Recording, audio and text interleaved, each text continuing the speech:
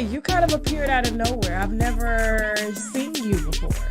So I was a little taken aback when I got the email concerning your, I don't know if it was a secret relationship with Lil Durk or a relationship that he had between him and India or before India. And so I'm just here to get all of the details because apparently there is a fourth child, correct? Yes. And that is your child, correct? Yeah, with my son Romeo. Okay. Oh, I like that name, Romeo. It's always been one of my favorite names. Yeah. And so there's been DNA to back up everything you have. You have sent receipts. I will be releasing those receipts as well following your interview. And so I just kind of want to start from the beginning. How did you and Lil Durk meet? And when did you meet? We met a while back. It was maybe about 8 years ago. Wow. You know, my son 7. We met maybe like a year and a half before my son was born. But we had always known of each other. We had always known of each other because I went to school with MacArthur. MacArthur is Newski, his cousin. Okay. And we always, Durk and, Newski were cousins. So we ran across each other, but we never really closely communicated up until, like I said, maybe about 8 years ago. Okay, which was essentially around 13, 14? Yeah, he was dealing with Nikki at the time. He wasn't dealing with India. I knew nothing about India up until about maybe 4 years ago when the public found out. She wasn't around back then. Okay. He wasn't even the Lil Durk that everybody knows. Oh, so we got to get into some wine. Now, listen, you was like, I heard that in your voice, the bass. Yeah, but no. So tell us who Lil Durk was when you met him. Was he ashy knees? What? Musty? Tell it. No. He wasn't that bad. I mean, he had potential, but he wasn't as big as he was. So he was a little more humble. You know what I mean? You kind of go around him and be around him and just kind of have that comfort feeling. Like, he wasn't all big-headed. Like, it's the internet and his success. He's gotten better along the years, but it's like, I don't know this new person. I know the old person. He would invite everybody into the studios with him. We would sometimes, I used to give him rides. He didn't have a car, we would just stay up and hang out together. I would get my girls, he would have his friends, but we weren't initially like ever in a relationship or anything. We just kind of all knew the same people and hung around each other a lot. They, back then when he lived in Chicago, they used to feel comfortable around people that they didn't feel like were fanned out or were after something or, as they say, hanging with the ops and stuff. And have been knowing Newski his whole life. So they were comfortable with me and my sister and our friends. We would I actually live in Indianapolis, and I've been back and forth from Chicago to Indianapolis. I was originally born in Chicago, but I would always bring new women around, and they liked that. They liked that. Okay. And they were like, friends, you cute. We know you not a op, so bring your friends, studios, parties, whatever. We just used to hang out. So when did you guys start sleeping together? We started sleeping together around his birthday. It had only happened maybe twice. It wasn't a big thing because he would try to come on to me, but he had already dealt with a few of my friends. So back then. So my son was born July 1st, 2014. So October of 2013 is when we kind of first started dealing with each other. And I got pregnant the first time we had sex. Wow. Yeah. It must have been one hell of a night. Oh, it was. Oh, it was. Lord, for you to make a baby the first time, that was one hell of a night. Yeah, and he knew I was pregnant before I did. So that's why the way things are going now is surprising to me, because I honestly, it was my first child. I was young. I was 21, but I was still kind of young. So I really didn't know what I was taking myself through. And at the time, I was working a regular job. Like now, I'm still a regular person. I'm not, trying to, what's going on in the world. That's be the celebrity baby mama. Yes. Okay. That's why I get so overlooked and stepped on, and I'm pretty much tired of that. But back then, I wanted abortion money. I was scared. I didn't know what to do, and I knew he had 2 kids by by Nikki already. And so I didn't want to get caught up in that. And she ended up finding out about me and him dealing with each other, and he pretty much said, "F me and my son," while I was pregnant. And during that time of me already being pregnant, I'm not sure if you know who Fredo Santana is, but no, I began dealing with his brother. Well, I began dealing with somebody that Durk knew, brother. And he was a little disturbed by that. And I get it. Men have their self-esteem or whatever. They get embarrassed or whatever. Their manhood gets tarnished. Now who got embarrassed? Was it Lil Durk or French Santana? Yeah. No, Durk got embarrassed because the guy I was dealing with when I was pregnant with his child, because he said, "Forget us," he got a little disturbed by that because it was somebody he knew. So my whole pregnancy, he just kind of was like, whatever, I don't care. But when my son was born, my son came out looking like him, and he knew my son was his. I dealt with somebody else while I was pregnant, but that don't take away what was real. You knew I was pregnant before I even started dealing with this man. You just kind of left me hanging, and I was kind of lost. So, and I wasn't getting the best advice from my parents and stuff like that. So I just was just doing whatever was right. I felt was right. But anyway, I had my son.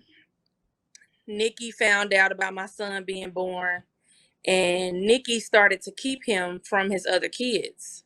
So as Durk tried to FaceTime and communicate, as my son was born, she found out, and she tried to have conversations with me to even pursue paternity through her kids for my kids. And when I told Durk that, he got upset with her. He was like, "Don't go bothering her." And he basically told me, like, I'm going to take the test. You don't have to go through my baby mama. Don't just ignore her. Just leave it alone. So he said that he would take paternity tests and never did. He pretty much gave me a runaround like he's doing now. So it's like, you told me you would take and now that you didn't, and I go back to your baby mama to say, "Hey, can we, Durk's still not doing it now." She's like, "That's between y'all." She tried to basically clear herself from it. So how did you end up getting the DNA test? Because I saw some DNA results. His mom. What? As my son got older, D-Thing has always known about everything that was going on. He has always known. And he was kind of taking Durk's word for it because I didn't have that voice. Nobody would kind of back me up. It was a lot of people that knew, his friend, family, but nobody would kind of back me up. And because the rowdy, ratchet kind of person to go to the internet or go to the blogs or, they just kind of overlooked me. And D-Thing, I had sent D-Thing a picture on Instagram as my son got older, and it was a side-by-side picture of him and Durk. And he was like, wow, man, that's crazy. He looked just like him. He like, I'm going to send this to my mom. So he sent it to his mom, and his mom asked if she could have my number. And this was maybe about 3 years ago. Wow. And basically within the past 3 years, his mom has been keeping in close contact. Me and my son went to Chicago to meet her, and we got a paternity test. And the test came back, the probability was like 97 point whatever through her. Wow. So that was strong for just the grandparent. You know what I mean? So ever since then, she told me kind of like, I'm gonna talk to him, I'm gonna try to do what I can, and I'm gonna try to be there. And but it's just coming to a time where it's like that's not enough anymore. Because just last week, okay, so everybody knows about India making the lip gloss saying she was the 5th baby mama and everything. Okay, so she recently announced she's the 6th baby mama now. And she's saying like, I'm not mad about being the 6th baby mama, whatever. So everybody got curious. Well, she should People be. who have known that ain't no badge of token. That ain't no token of honor. Definitely not. No matter what you have title of. But anyways, a lot of people who had already known about my son and couldn't understand why he wasn't acknowledging him were kind of like, oh, did she find out about Romeo, his other son? How did she go from saying she the 5th baby mama to now the 6th? And I had people tagging me in like different little blog sites and stuff like, this is his other baby mama, this Romeo mom or whatever. And then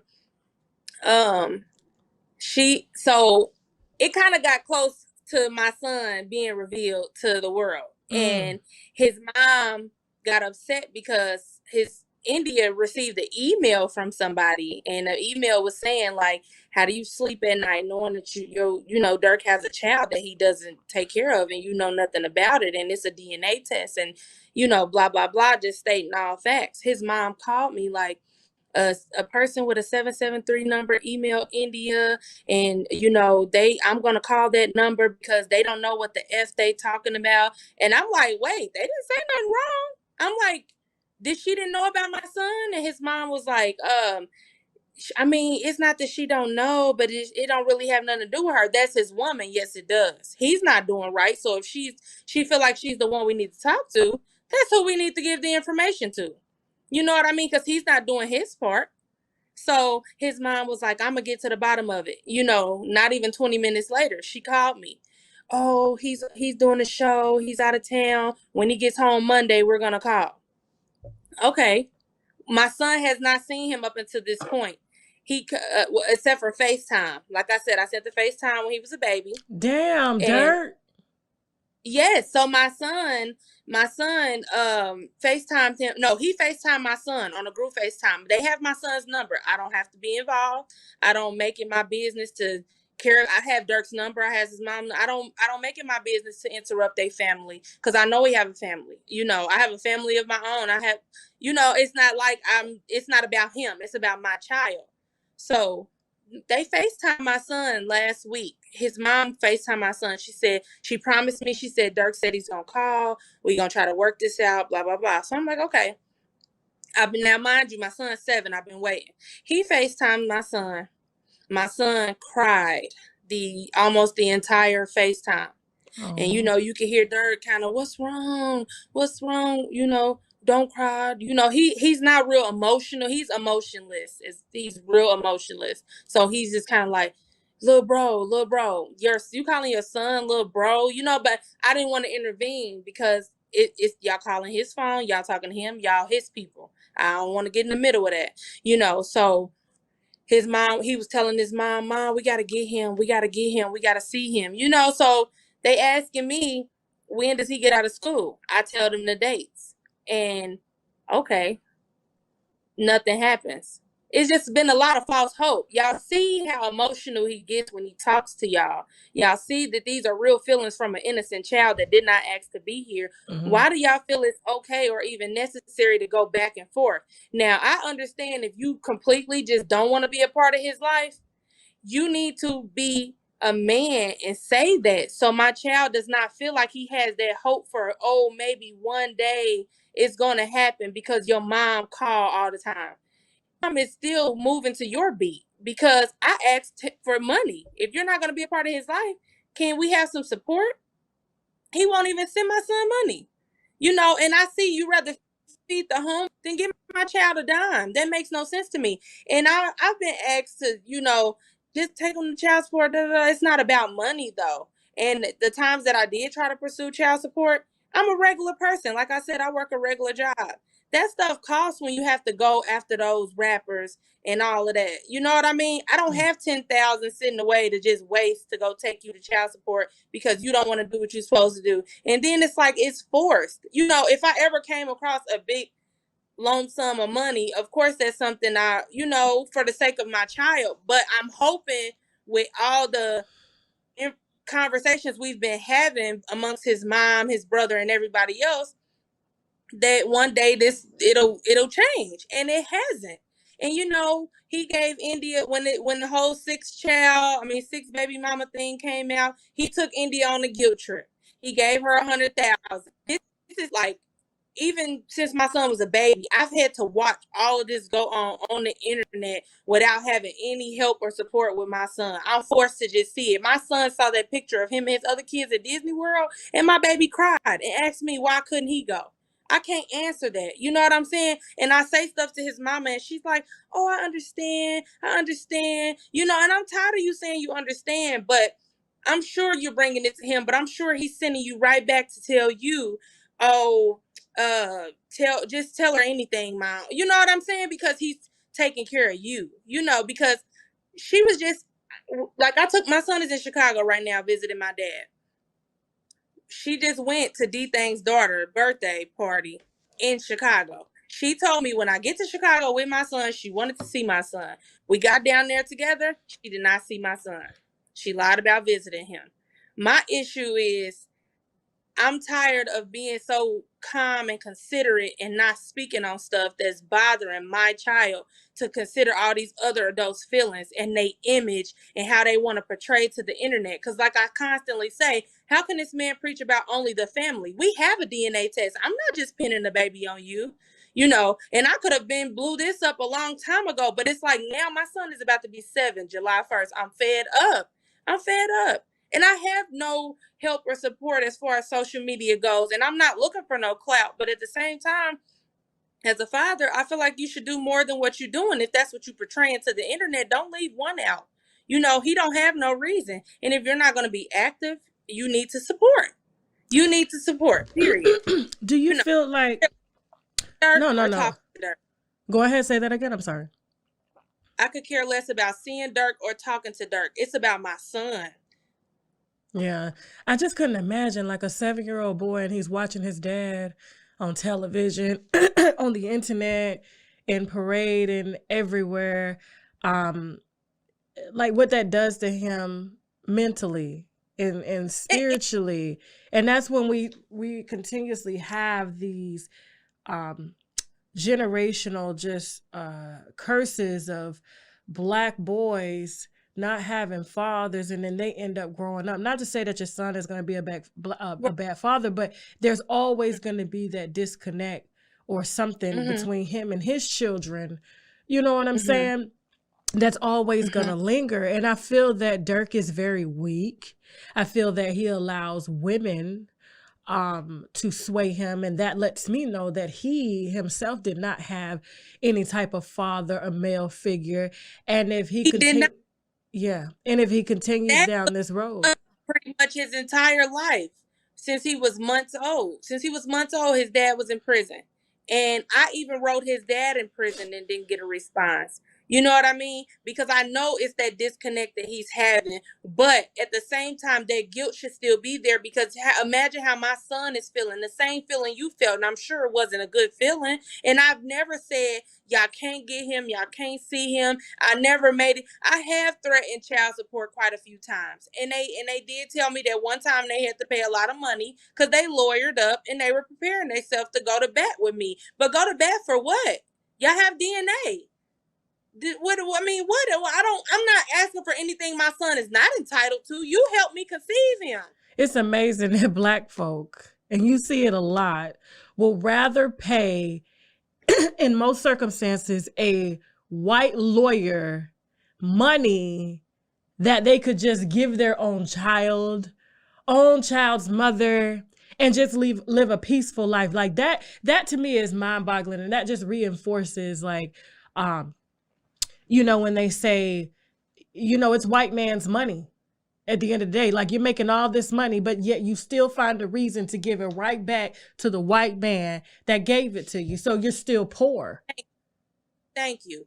You buy designer. You always brag about taking care of your homies in jail, your homies this and that. And my son is just completely X'd out of the whole equation constantly. And I've been sitting back watching it for so long, talking to just your mom, who tells me, oh, tell Romeo to call me. Oh, y'all are important too. Call me anytime you need to and everything. Then I tell her, I say, I hate to bring this to you because it's not you, but you are my only point of contact, but can you please ask Durk if he could send us some money? I had to pay $200 for a spacer to put in my son's mouth. I had to pay for all kinds of different stuff. I've been supporting my son since day one, and he's a spoiled child. I'm not going to let him go without just because you're not helping, but you can help make this easier for me. You're fortunate enough to do that. You're not dead or in jail. I don't understand. I don't understand. Yeah. But what makes it so bad is I feel like this is the way to get to him. Like I said, you're upset and worried about India finding out about my son, about a child that you didn't tell her about, that you knew about when you got in a relationship with her. That's where the problem is coming in, which is why you gave her $100K for hush money, which is why you took her on a guilt trip and y'all had a photographer there to make yourself look fake happy. It's all internet. Deep down inside, all that pain and the voice and the music, that stuff eats you up. But why not just do the right thing? I tell his mom all the time, he don't have to post my son. He don't have to show the world that my son is his. He don't have to do any of that. That's not who I am, or this would have happened a long time ago. I've been asked to talk to people and do interviews and all of that. I chose not to because I don't want nobody coming to look for something that I don't have. I'm a regular person. I live a peaceful, happy, regular life. I don't, designer means nothing to me. I'm not living beyond my means. I'm not a Jada, a Ari. I'm not any of that. That's not who I am. And that's not who I'm trying to become. I'm 28 years old, and I'm trying to just make sure that my son, he loves football. My baby loves football. He wants to go to the NFL. You know what I mean? Those are dreams of his at 7 years old. He lays in his bed and watches YouTube football players all day long, different plays, I constantly got to yell about him running through the house throwing the ball because that's just so much. But I want to be able to send him to AAU teams and different stuff like that. You know what I'm saying? You're fortunate enough to sponsor that. You don't want to be there as a dad, be a sponsor. That's my thing. You can help him without being there. Because I don't really like you could teach him anything with blonde dreads and platinum teeth. I don't feel like you can teach my son anything. You know what I mean? Yeah. But reality is still reality. He knows that you're his dad, and that hurts him. And for you to sit on FaceTime and watch him cry because he hasn't talked to you or seen you, and this is his first time interacting with you that he can remember, and he's hurt, and you don't feel no remorse for that. I'm just tired. So this is why I'm coming to you all now, because I'm tired. I have to be his voice. What if you were to start a GoFundMe and ask the viewers for the funds to and you could post it to your Instagram to help you to, get a lawyer to go after Durk to take care of your baby financially? Because there's no doubt, I'm gonna be honest with you, if you don't get it now, you're never gonna get it, because the way he's already living and all of the kids, there's gonna be more. That money is gonna be gone in, I would say, the next 5 to 6 years. These rappers get money off of shows. They have entourages that they pay. They have these lifestyles that are way above the norm. And if you don't do something now and get the money that you're owed, which is back child support, which will be a hefty amount of money, plus what he has going on. You have to, and listen, I don't ever advocate for black men in the system, but when you're having to go around in circles just to get a relationship, then guess what? Since you like and you would rather give your money to a white lawyer, I'm going to have you give your money that's going to come through a white system, and I'm going to get a cut. And it's really going to eat your ass up. You see what I'm saying? And so him wanting to travel outside of the state to do shows, can't do them because guess what? You can't drive. You can't, you know, they'll literally, if he doesn't pay, they're going to be locking his ass up. They're going to be issuing warrants. And then what are you going to do if you got shows and you're missing out on shows and bookers and bookies don't want to book you because you're unreliable? They don't know if you're going to get locked up or not. You see what I'm saying? Like, you really got to make it hard for him. And that's the thing. You are absolutely right. And I've been trying to avoid that because money was my goal. It's an investment. It's an investment because if he's going to give 4 women money just to keep them quiet, you're starting with the first baby mama, the second baby mama, the third baby mama, the fourth, whatever. And everybody's getting money but you to support somebody that he helped to make.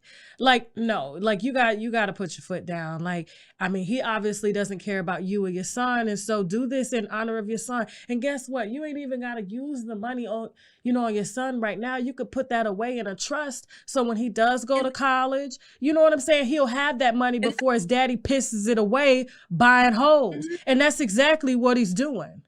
And let me tell you how real fucked up he is. Like the women that he's messing with, I believe it was like some Dej, I can't remember her name, but it was the girl before the baby mama now, India. And he kind of, he was messing with both of them on and off. So he'll give India 100,000 or purses or whatever, watches and stuff. But as soon as she doesn't do what he says, he takes it back and blasts it on the internet. Have you seen that? Yeah, very immature. That's who he is. And that's what I'm saying. Get yours right now. This may be, you can't teach my son anything. What can you teach him? What are you doing that is making me just have that desire for you to just, us to just want to be around you? What can you show him?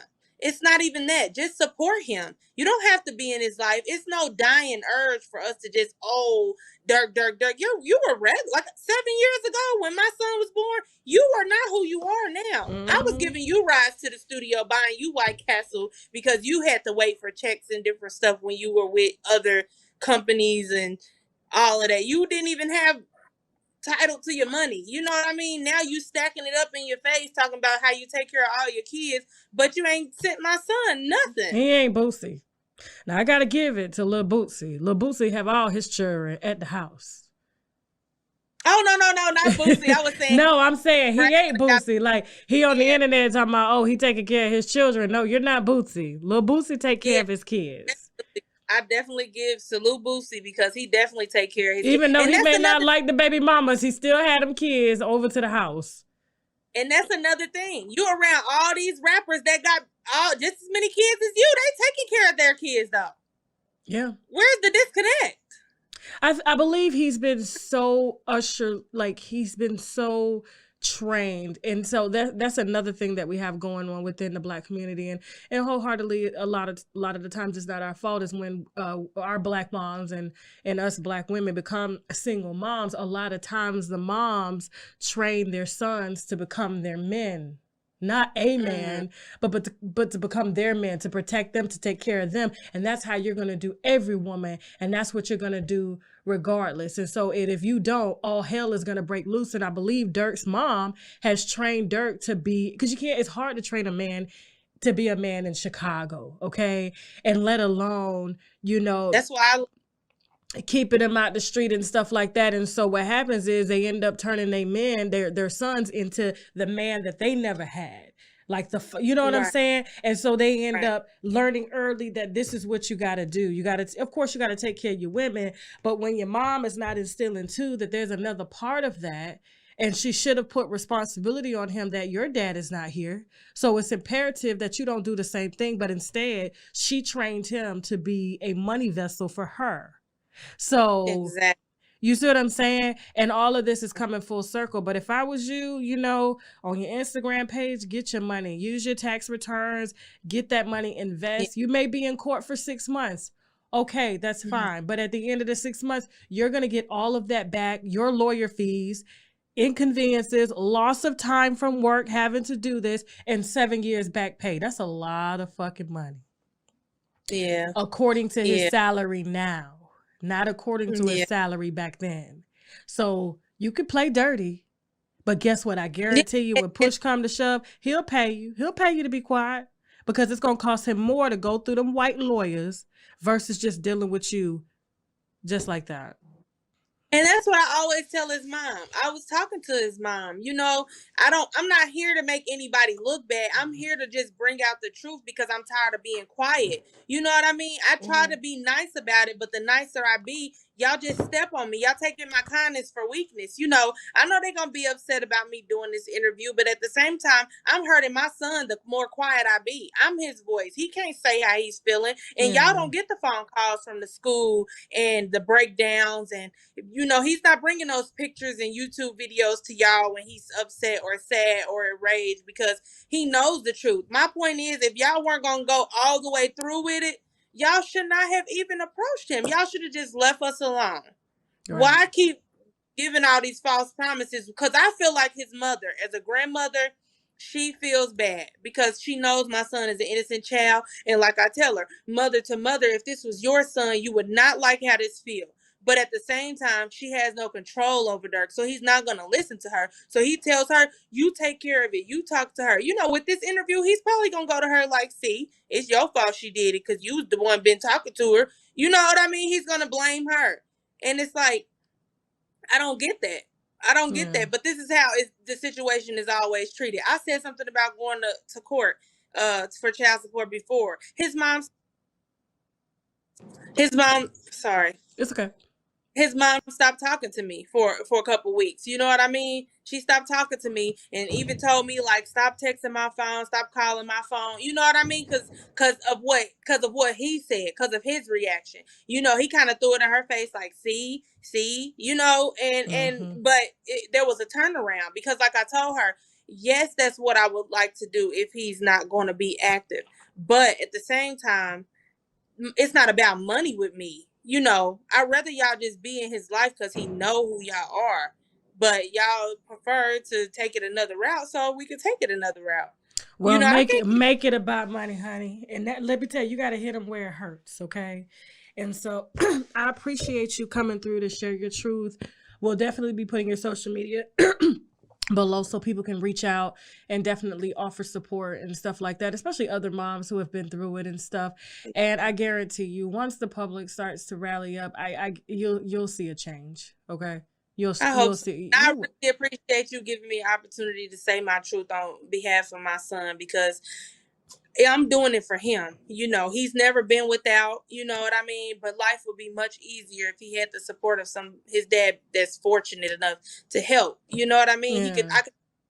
He deserves to go to AAU and play football, and he go will. Yeah. He will.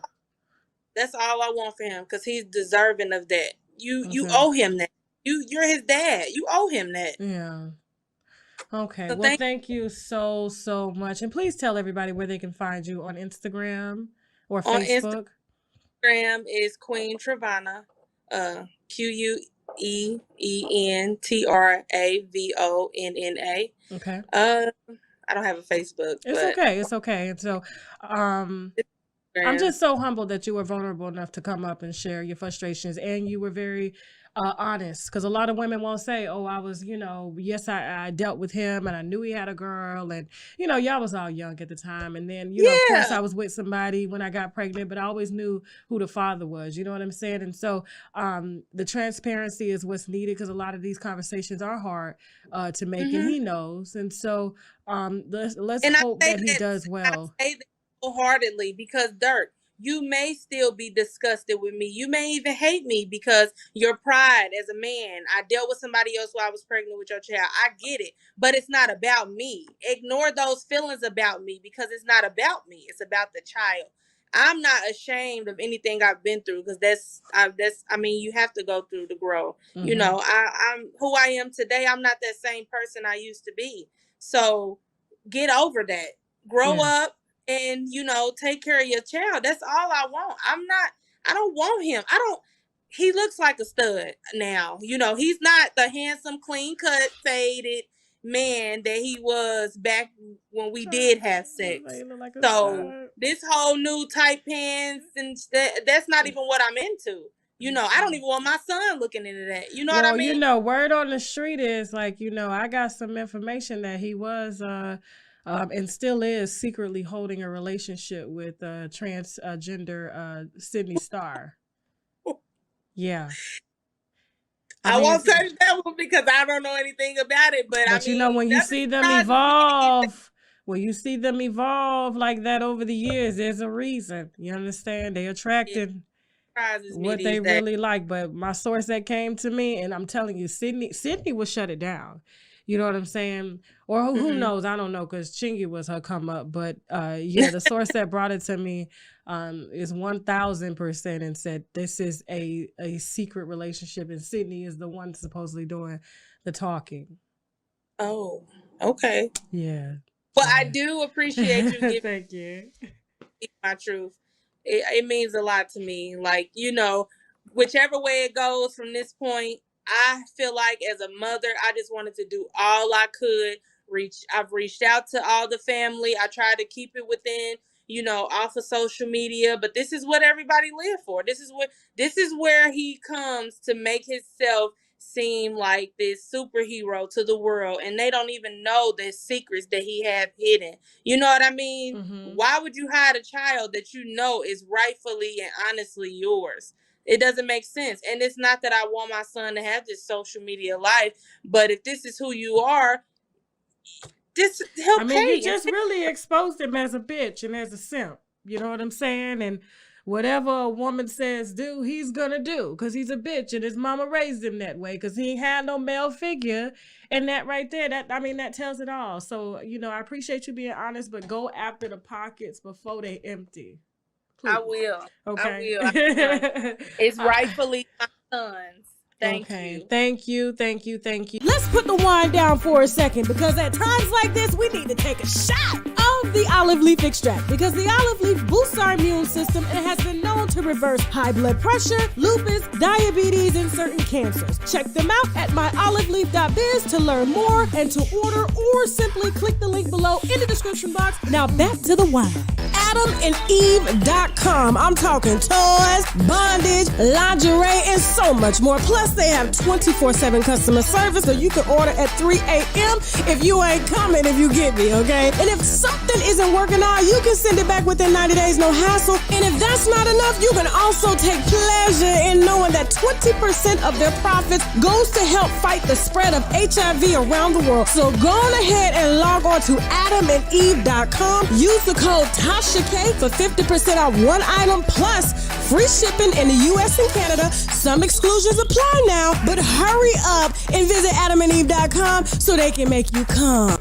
Trying to get me a glass of wine, girl. Go. Okay, so what happened? Because I was shocked. Like, I've talked to his wife before, because she wanted me to help her like build her YouTube channel. This was like a few months ago, and we were supposed to get up, but she, you know, I guess her schedule was like really messed up, and then this out of the blue. I'm just like, whoa. No, he's been cheating on his wife, and I'm remarried now, but I've been married. I was married before. My husband had cheated on me, so people who know me know I don't even like stuff like that. My grandmother had kids from my grandfather while he married her best friend, and my grandmother had all her kids with him, all the kids my grandfather had. And I always said, like, you don't mess with nobody's husband. It's like a black cloud that's over you, and people be judging your children from stuff like this. I don't think you should do it. But I know a girl named Morgan. Me and her were real close. We had kids around the same time.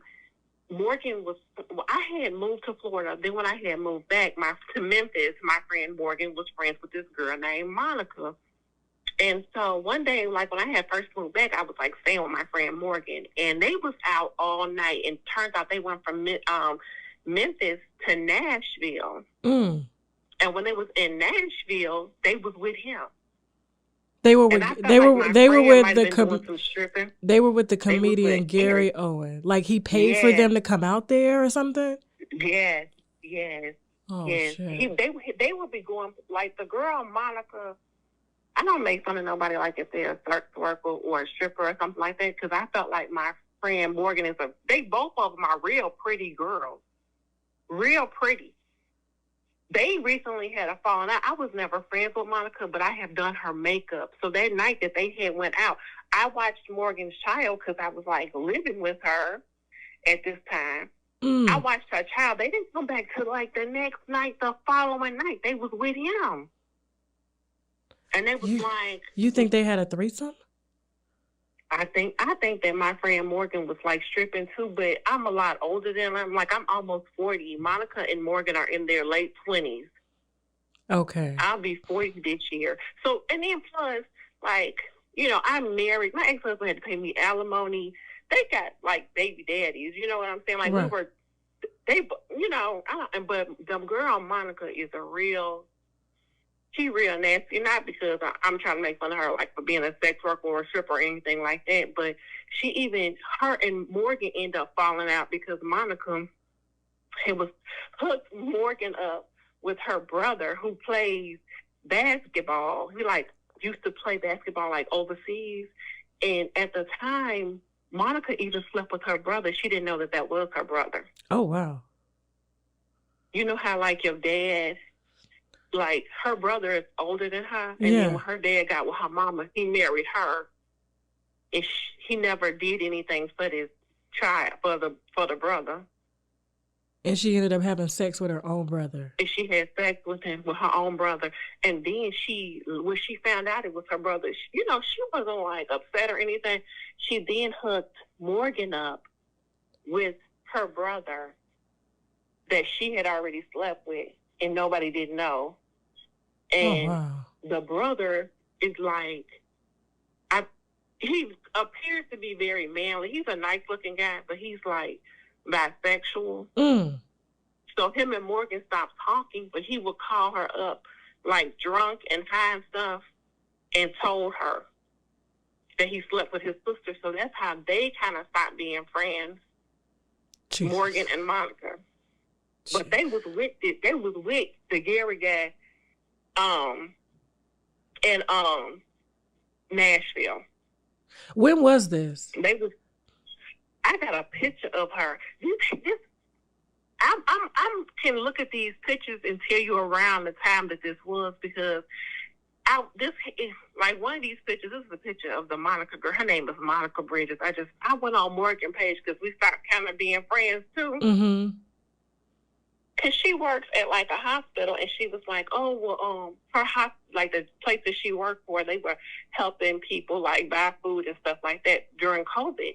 So she did it for me, and then it turns out they were only helping people who had a certain disease, like if you had an illness. And so I didn't know that part, and it pissed me off because I'm like, I don't do stuff like that.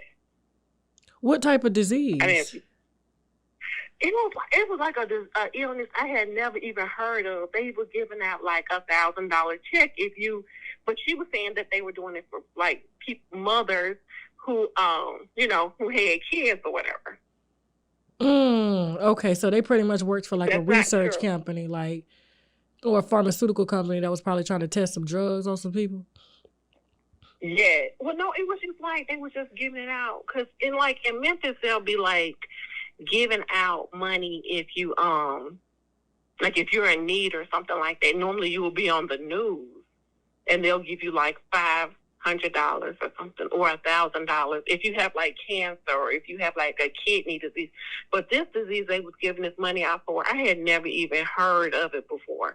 But I was like, I don't like karma like that. I may be a little bit more superstitious than other people, but I don't like that kind of stuff. I found a picture of them both. Her name is Monica Bridges. Okay, and send me that. She messed with Shaquille on that. I think I'll send you the picture because, even though I'm telling you this, she ain't gonna be like, "Oh, my Yanni said it." No, she probably don't even remember me. Not that I care. I mean, what she gonna do? Well, I would never put your name or who you are out there. I keep my sources silent, honey. So she was with Shaquille O'Neal too. She was with Shaquille O'Neal, her brother. She know Moneybag now.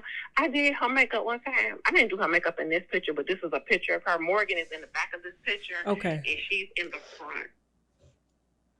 Okay. You put it in my DM? Oh. Yeah, she know Moneybags. Like, they went to his premiere thing. This is like 4 years ago, before he was big. They was like, you want to come? Such and such having a mixtape release. I was like, no, I want to go. So Morgan is in the front. Morgan is in the back. Monica's in the front. Monica's in the okay. Okay. Wow. She got fake boobs. She has a fake behind. Her mother looks the same way. I probably haven't seen her mother in like 3 years. But her and her mother are both like fake. Fake. Her mother looks young. She doesn't look old. Okay. This is her right here. I don't know. So was this recent? Like when she slept with Gary? Was it recent? This was like 3 years ago. Okay. So he been cheating. Yeah, he did, and it wasn't even like it was a big deal because I know they used to be like, it was the white guy from Think Like a Man, Yeah. It was him. And then it was like, oh, it was him. They had like, and I know they went to Nashville because you know how you go and you park at the like parking for a hotel and they give you that slip. Mm-hmm. It was inside the front of her car because I was like living with Morgan and I was driving her car and it was like she went to Nashville. And then they wasn't even trying to hide because Morgan was like, she didn't even know who he was, and people were stopping to take pictures. So he was stopping, taking pictures with people. Yeah, he wasn't trying to hide it or run or, you know what I'm saying? I'm going to meet y'all in the room. No. Morgan was like, people were stopping to take pictures and get autographs, and he was like, okay. Wow. And didn't even care. Didn't even care. When I seen it, I was like, oh, he cheated on his wife because if he was messing with Monica, if you was to know somebody who was like from Memphis and you like, one of my friends, her child's father, his name is Z the Shooter, and he does a lot of music videos and stuff. Like, he does stuff for Jessica Dime and other people too. He'd be like, Monica, everybody knows. Well, I appreciate this wine, child. If you write her on her Facebook page, she'll probably tell you she's like that. She ain't gonna be like, no, and Morgan Oliver, her name is in the picture. Morgan has a boyfriend now, but they'll tell you. Okay, I'm gonna write her. I'm gonna get on Facebook and write her. Okay. And I'm gonna let you know what she say when we done. Love you, Tasha. Love you too. Thank you. I have Mrs. Tony. You're married? No. Yes. Okay, Mrs. Tony Duclatney. Did I say your name right? You did. Okay. You did. Okay, I'm so excited because I always butcher names. Thank you so much. Thank you so much for joining us today. You reached out, I believe, last week sometime. You had a very interesting and complicated relationship with Mrs. Latoya Ali. I did. Okay. In fact, we don't actually have a relationship, but we've interacted because she had a relationship with an ex of mine. Okay. See, that's interesting because when I read the email, I was like, no fucking way. Like, I'm just, her soon-to-be ex-husband, I don't know if their divorce is final, Adam Ali, said she was trash, and there was a lot of things he didn't really want to get into. But I don't think they were married around the time that you came and crossed paths with her. No, so this is back in 2009. This is way before she met him. Okay. All right. So go ahead, please. How did you and Latoya Ali of Real Housewives of Atlanta, Latoya Forever, how did you guys cross paths? Well, just to keep it short and simple, she took, so initially it was somewhere around $25,000. We found out later it was about $40,000 worth of stuff. out of a condo that I had with my ex, who she had previously dated. And I guess over the course of the relationship, she lost several different sets of keys to this condo. And so I'm assuming that when she moved to Canada, because this happened 2 days before she moved back to Toronto, wherever she went back to, I assume, used the keys to get into the condo, and she took my stuff. I didn't stay there. It wasn't a place that I stayed full time. And so I just had like my clothes that I, would go out in, or if I'm traveling somewhere, like all of my luggage and all of my fancy stuff, because at the time I was living out in a very, very rural area. And so I kept my fancy things there because it was in Dallas, How long did you and your ex date before, I guess, like, what was the time span? Like, how long between him breaking up with Latoya and getting with you? Because obviously she had keys to get into the place. So was this like a new relationship for you two? Sort of.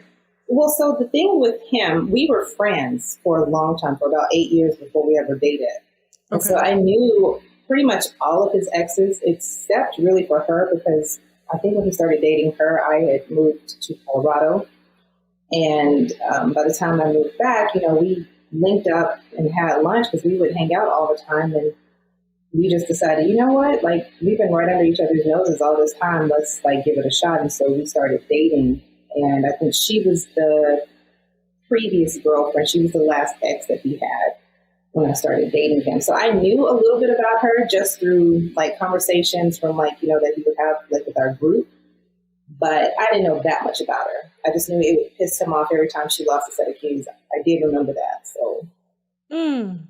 Wow. So explain what happened, I guess, the day of the robbery, because you sent some screenshots. We're going to be extracting a video that you have, but the screenshots you have are absolutely, I know I mean, I can't imagine having my bags. These are like anywhere from $3,000 to $10,000 bags. And I saw what looked to be her mother, because you said she was with her mother, holding at least 4 to 5 of your Louis Vuitton bags. Correct. So I was not at the condo the day that this happened. And to be honest, like, not trying to throw my ex under the bus, he may have, I don't know. I don't know if she was there and he ended up there also, and she did whatever she did with him, and while he was asleep took the stuff. But I was not there at the time. I got the surveillance video from the security of the building that we lived in. And I know she didn't have a key fob to the garage, because those surveillance videos or clips that you saw are from the parking garage, and you have to have a key fob to get back into the building once the elevator closes. And so they were taking turns holding the elevator door open so that they wouldn't get locked out of the building. So that's what makes me think, I don't know if he was there at the time or if he had been there previously and she stayed there. Like, I have no idea. What did he tell you? Any man. I mean, he obviously, like, we broke up for a reason. But,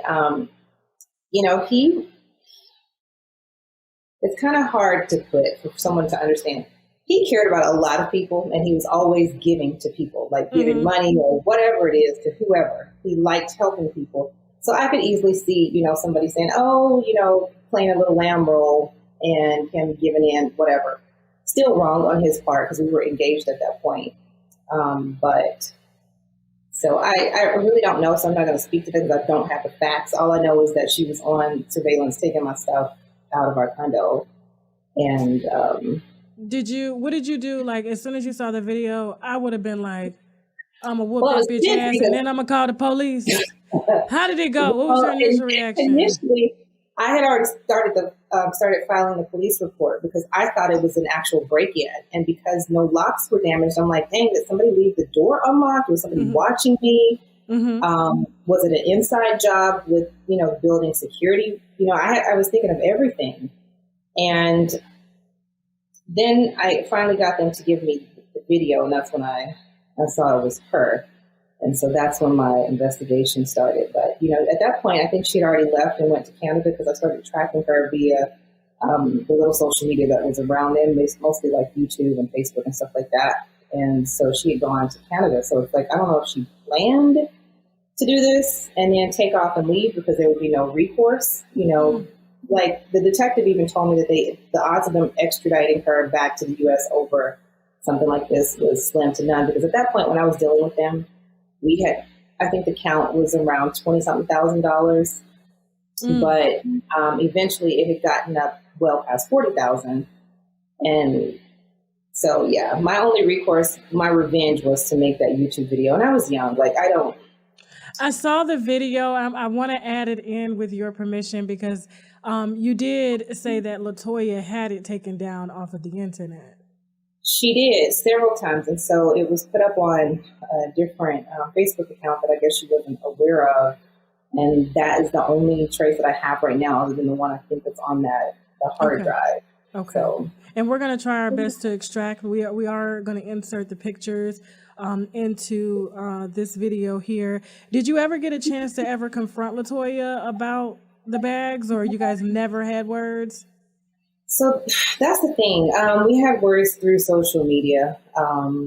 Back then, that's happened in 2009, so I was like 13 years younger, or 12 years younger than I am now. And it's, you know, of course I wanted to deal with her, but I realized that I wasn't going to be able to. My ex told me that, you know, if I would just drop the charges, and this is what made me feel like he was a little, I won't say involved. He wasn't involved in it, but I feel like he still had some sort of empathetic heart for her.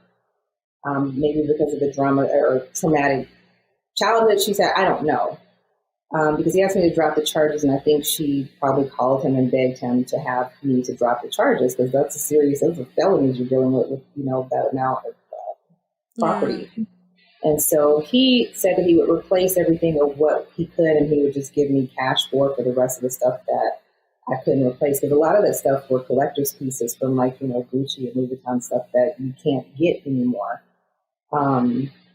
So I took, you know, the money and got some of my stuff back, and, you know, basically went on about my business. But that was kind of the beginning of the end of our relationship anyway. Wow. Did you, wow. Now, you said that on video, her mother was with her, helping her to hold the door and take the bags. Yeah. So I found out through a former associate of hers, this was a friend I guess she had back then, that reached out to me and said, you know, that's her mother. And I was blown away. I didn't know it was her mother at the time, but...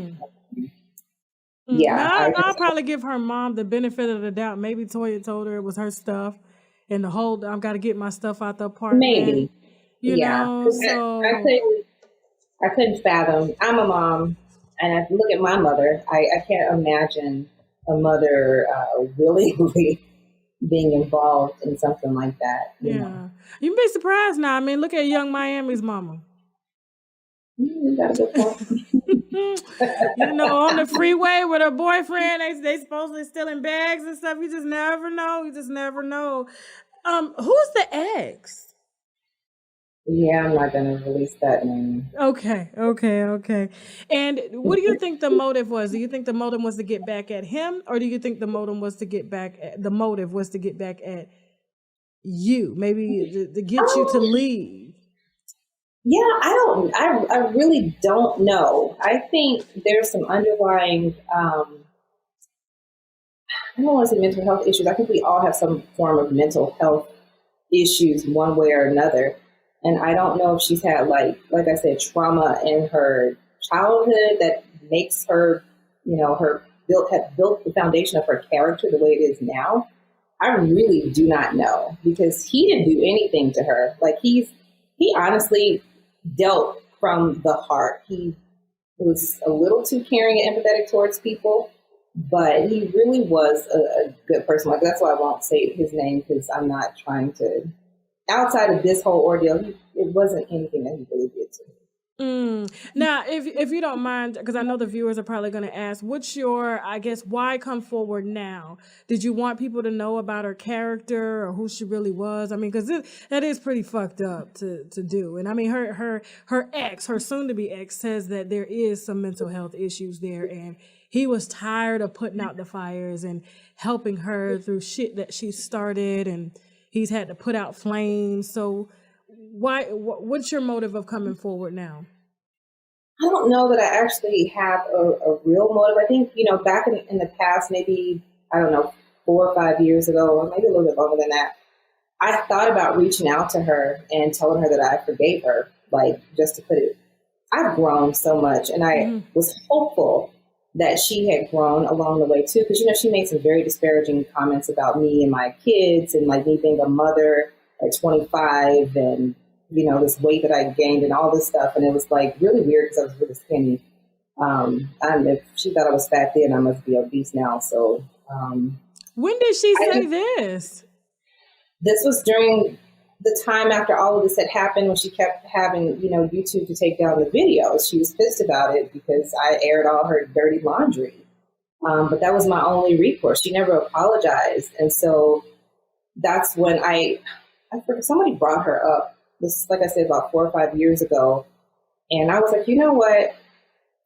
I'm willing to be the bigger person and just tell her I forgive her, and that I've moved on and to put it behind me. But I never really got that opportunity. I can't remember why exactly I didn't pull the trigger and do it. But, it's just unfortunate that I guess she's still the same person. Oh, yeah. According to her ex, Adam, she is. Have you ever seen her posing with your bags on social media? Oh yeah, like in some of the Facebook clips. I'm pretty sure I have like screenshots of that stuff. Okay, no. I'm gonna put the video into this.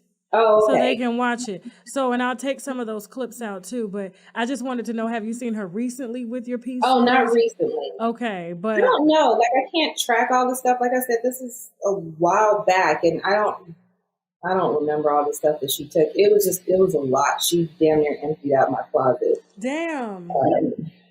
Yeah. Okay. Well, thank you, Miss Tony. And I cannot pronounce your last name again. I forgot. Duclatny, girl. It's okay. Duclatny. I've been a wino for a minute. So. Oh, well, hey. Thank you so much. And we don't get down with Toya over here, so this is gonna be something. This is gonna be just a little kiki. You know what I'm saying? Like, girl, how desperate are you to do that? Like, and then you get on YouTube parading like you got all this money and shit. Like, come on, like, stop. That's a whole nother, that's a whole nother story. Yeah, she should be able to buy her own bags by now, but I doubt it. Adam said she was getting paid like a rack a show, like $1,000 a show, and it's like, okay. For all that? I know. So, but you seem to be doing well. You have a shop. I do. What are you doing? I can't complain about my life. I have a boutique in Dallas. It's a place where, ironically, where we uplift other women. We serve cocktails, and you don't have to, shop at Neiman's or Saks to get that type of treatment. We really take care of women. So that's kind of like the objective. It's beautifully made is the theme of the store. Okay, and if there are any winos that are in Dallas that want to come and see your boutique, you want to get some wine, winos, or whiskey, because we have whiskey too. Okay. You want to tell them where they can come and shop and support and uplift with you. Okay. So you can find me at House of Hot, and that's HAUTE across every platform. The website is houseofhot.com. So if you're not local here in Dallas, you can definitely shop online. We take care of our girls, whether you're here or in another country or state. And then, of course, on IG, you can find me at House of Hot. My personal IG is Tony Duclatny, but there's so many creepers on that page. I don't really... It's okay. Thank you so much. Listen, I know that life has been kicking all of our ass lately, but we don't have to look like it. Walking around with dark circles like I used to, acne, hyperpigmentation, you can knock all of that out. Adjust your crown and return your skin to goddess status with the Regal Rose Club. purchase their vegan skincare cleanser, moisturizer, and mask using the link below. It's made with all organic and premium natural herbs. Get your glow back with Regal Rose Club. See, I enjoy oral sex, but to be honest, some of my experiences have been not pleasing due to lack of proper vaginal hygiene. I went down on this chick once, and the yoni was so good and fresh. It took me on like a whole nother level of just pleasure. So at that moment, I had to stop and ask, what are you using? And she told me, Embrace Pangea Feminine Wash. We all know that a fresh yoni brings on a whole new level of confidence, so visit embracepangea.com, and of course, I got my winos covered for a discount, so use the coupon code TASHAK for 10% off your first order. We have Sarah Camilla here. That's what you're known on social media as, and I think that's what most people know you as, okay? And you made a video a couple of weeks ago blasting the hell out of French Montana. Now, when I saw it, I was like, oh, whoa. And I was kind of taken aback because I was like, French? Wow. You know what I'm saying? Huh? That kind of shocks me that you were, because he's got a whole rape case against him right now in court. Yeah, I'm skeptical about the civil suits, because I wonder, how did it go with the police? You know what I'm saying? Because you got to understand, like, first, before we really get into the specifics, I just want to introduce, basically, you got on social media a couple of weeks ago. You made a YouTube video. I have a YouTube channel where I do vlogs and stuff. So I didn't just get on YouTube and post this. This was like completely out of the norm of what I usually post. Completely. Okay. So, but most of my audience is female, so I had a lot of support, honestly. Yeah. And I'm not, like I said, I'm not supporting you. Yeah. You know, I was just, of course. It was more so a joke, and we'll talk more about that. Yeah. But, you know, basically. I know, okay, we have to explain to them a little bit. I know. Yeah, just in case, because people are going to be like, what is this about? So, you know, there was a rape, there was a sexual assault, not rape, I got to say, because there's a difference between sexual assault. So there was a sexual assault. Okay. It was a rape charge. It was a rape charge? Okay. And I've spoken to her lawyer. Yeah. Me and her lawyer have been in contact, because he was going to represent me as well. And the other girls that came forward, and I guess we'll just get into that later. Yeah. But, they're ongoing right now. And if you read, I don't know if you read about the case that, you know, he's in right now with the Jane Doe. She went to the hospital the next day with pelvic pain, and they did a rape kit, and I'm not going to speak too much on it because it's, you know, like an ongoing case, but you know, there was stuff there. So okay. It was like your video came out right after, I think, the case went public about the Jane Doe. Yeah. And so that's when everybody really starts to come out, when it's like, boom. Huh? I can't hear you, Jess. Sorry. Okay, yeah. That's when things start to come out more so, like one after another. So your allegations follow the Jane Doe's, and you know, now every single blog is saying, you know, reporting on French Montana. And I have to say, they tried. Huh? They tried to. They tried to. He's been stopping them. Yeah. Allegedly, you know, this Jane Doe, and then you came out, and then there's some other girls that I'm going to be talking to as well. And so I'm like, okay, this is bigger than just one. You know what I'm saying? This is more so. It's way bigger. So tell me, before you made the YouTube video, how did you meet French Montana? So I never met him before that day. It was just me and my friend Molly. I actually just had dinner with her the other night. Me and her are still really good friends. And there's this artist named Belly. I don't know if you probably don't know who he is, but it's like OVO is like The Weeknd and all of them. They're a little group. They're like a music group.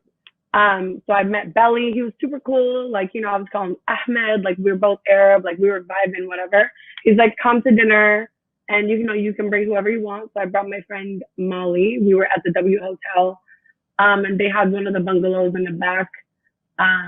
yeah, we just went, we had dinner, like, and I had footage I put in my video, just vibing, chilling. Didn't know French was gonna be there. Never was interested.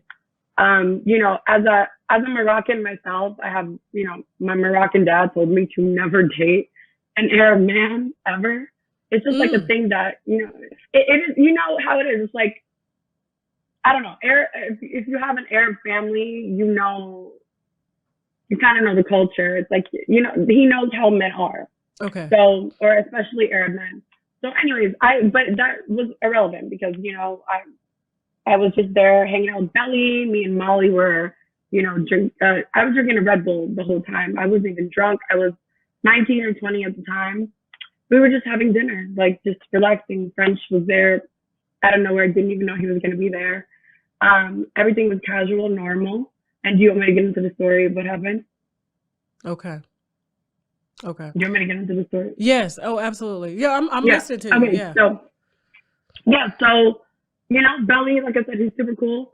I'm like, okay, I'm going to go to the bathroom. My friend Molly is sitting there. The bungalow is really weird at the W Hotel. It's like, it's almost kind of like if you've been on a yacht and they have like skinny like stairways and it's like different levels. It was really weird. And they also had like 10 huge like bodyguards like lining every wall. So it's very hard to get anywhere. But with me and Belly were cool. Like a lot of the times, you know how they are celebrities, they're like, you have your phone, whatever. I was filming, we were filming, texting, like it was cool. It was nothing like that. It just, nobody had that vibe besides French. And I noticed before I went to the bathroom, like, you know, as we were having dinner, he's drinking out of a Henny handle.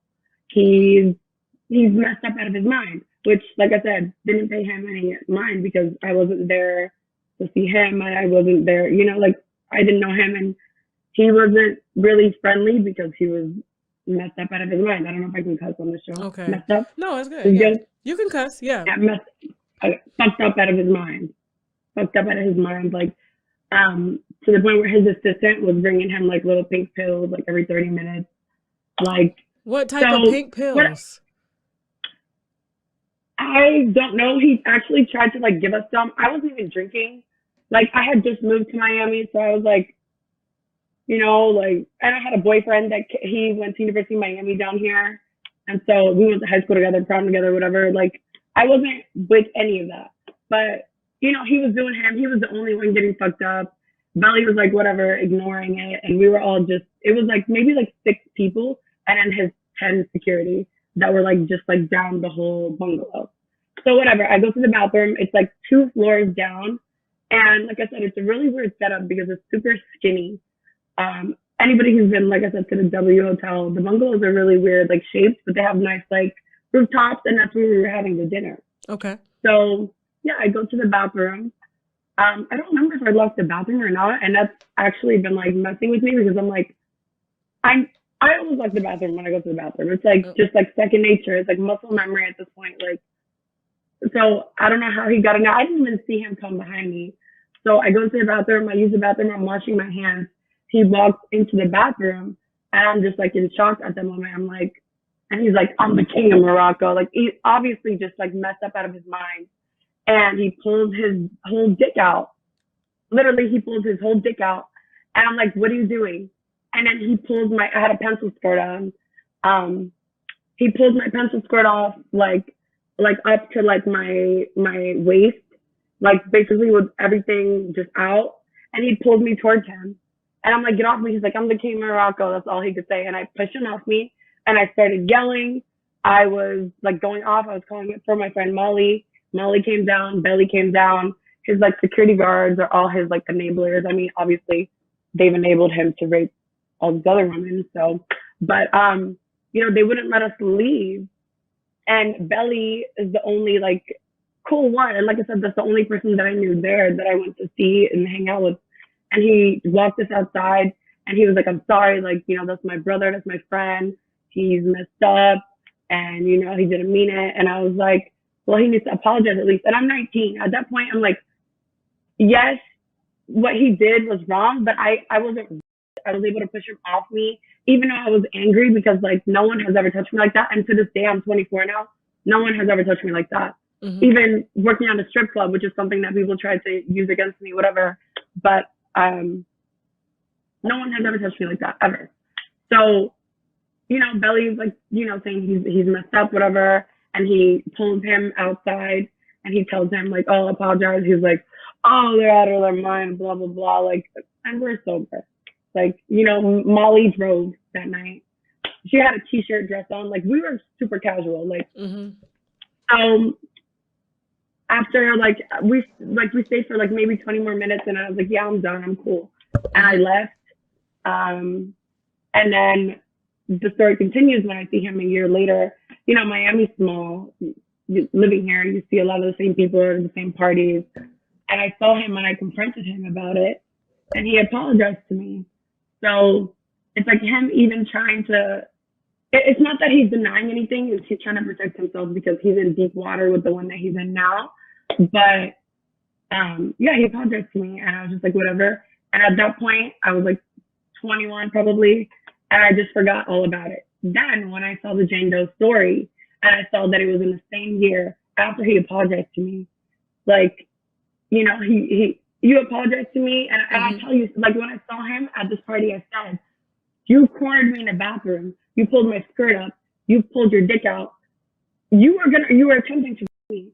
And it took me a long time to actually come to terms with that. I was like, you know, maybe because you're 19, you're 20, you're like, you don't really know. I was in college before, like, you know, people are weird and men are weird. We all know, just like stay away from drunk men, whatever, but it doesn't matter.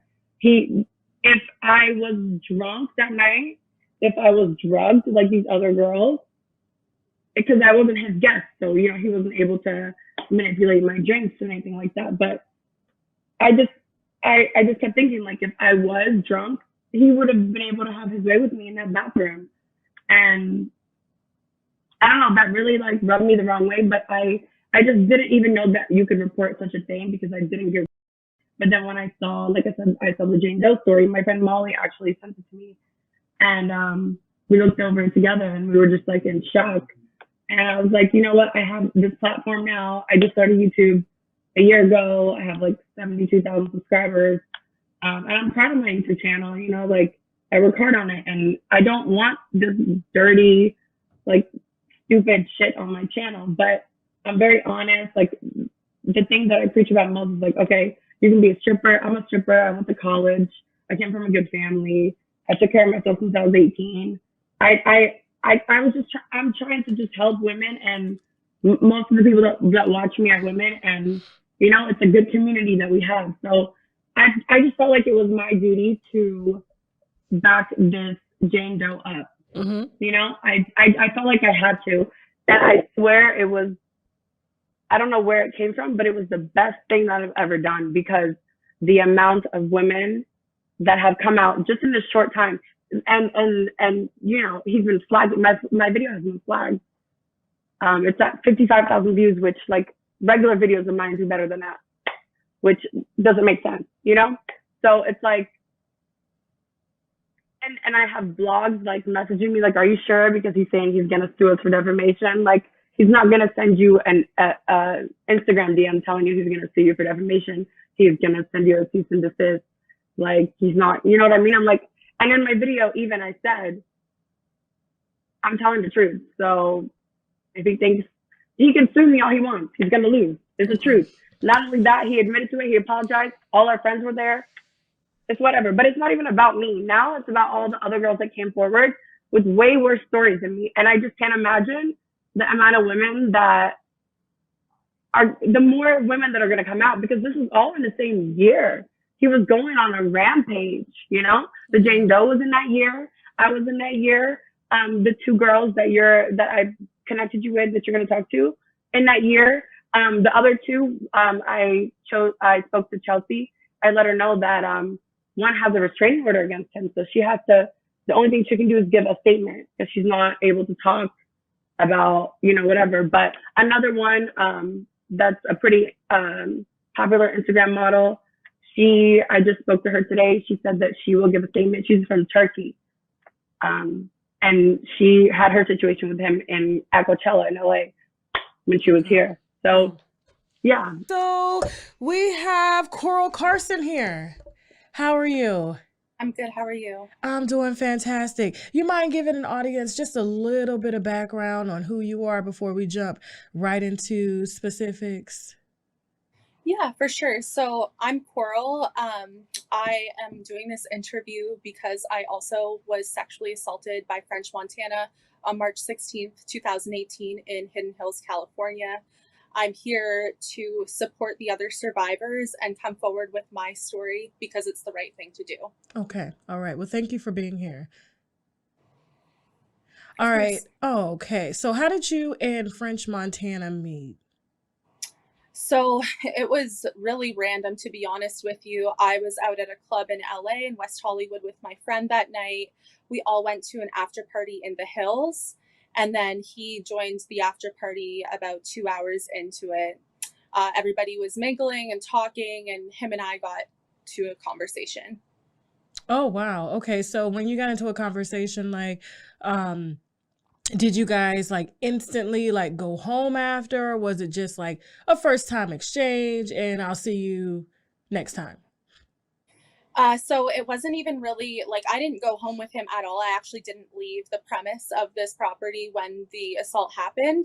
So everybody was mixing and mingling at this bar area. And then we went and chilled outside on this patio. And he asked, "Hey, like, I like your vibe. Like, I want to talk to you for a second." And as we went inside the patio doors, I go, "1 second, I have to go to the washroom. I'll be right back." Now, this is a very large house, and it took me probably 30 seconds to get to the front washroom by the front door.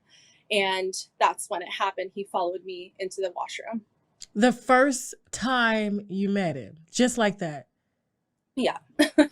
Within like 30 minutes to an hour? Yeah. Okay. Now, the friend that I was with knew him before, and she knew, she was like, French might show up tonight. I'm not sure, but you're totally his type. And I'm like, okay, well, like, that doesn't matter, because I think she was sleeping with him at the time. So she was like, I don't want him to hit on you, and blah, blah, blah. And it was just a weird thing that she had with him. And so, yeah, we just got to mixing and mingling.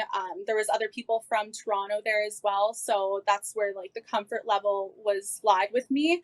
And yeah, he just liked my vibe, I guess, asked me to go for a conversation. And as I walked into the washroom, I finished my business, but that's when he had entered. Okay, so what happened when you got inside of the bathroom? So I got in, I was wearing a romper, takes about 2 minutes to get off. So I went to the washroom and I was doing my romper back up, and I had the sink running, and I heard the door open, and I swear to God, I locked that door. So when the door opened, he was like, I really gotta pee, like 1 second. And he turned, the toilet was behind me on my left-hand side. And I just noticed that he like turned around and put his pants down to go pee. So I looked at him, I was like, oh my gosh, I'm so sorry. I'll give you your privacy.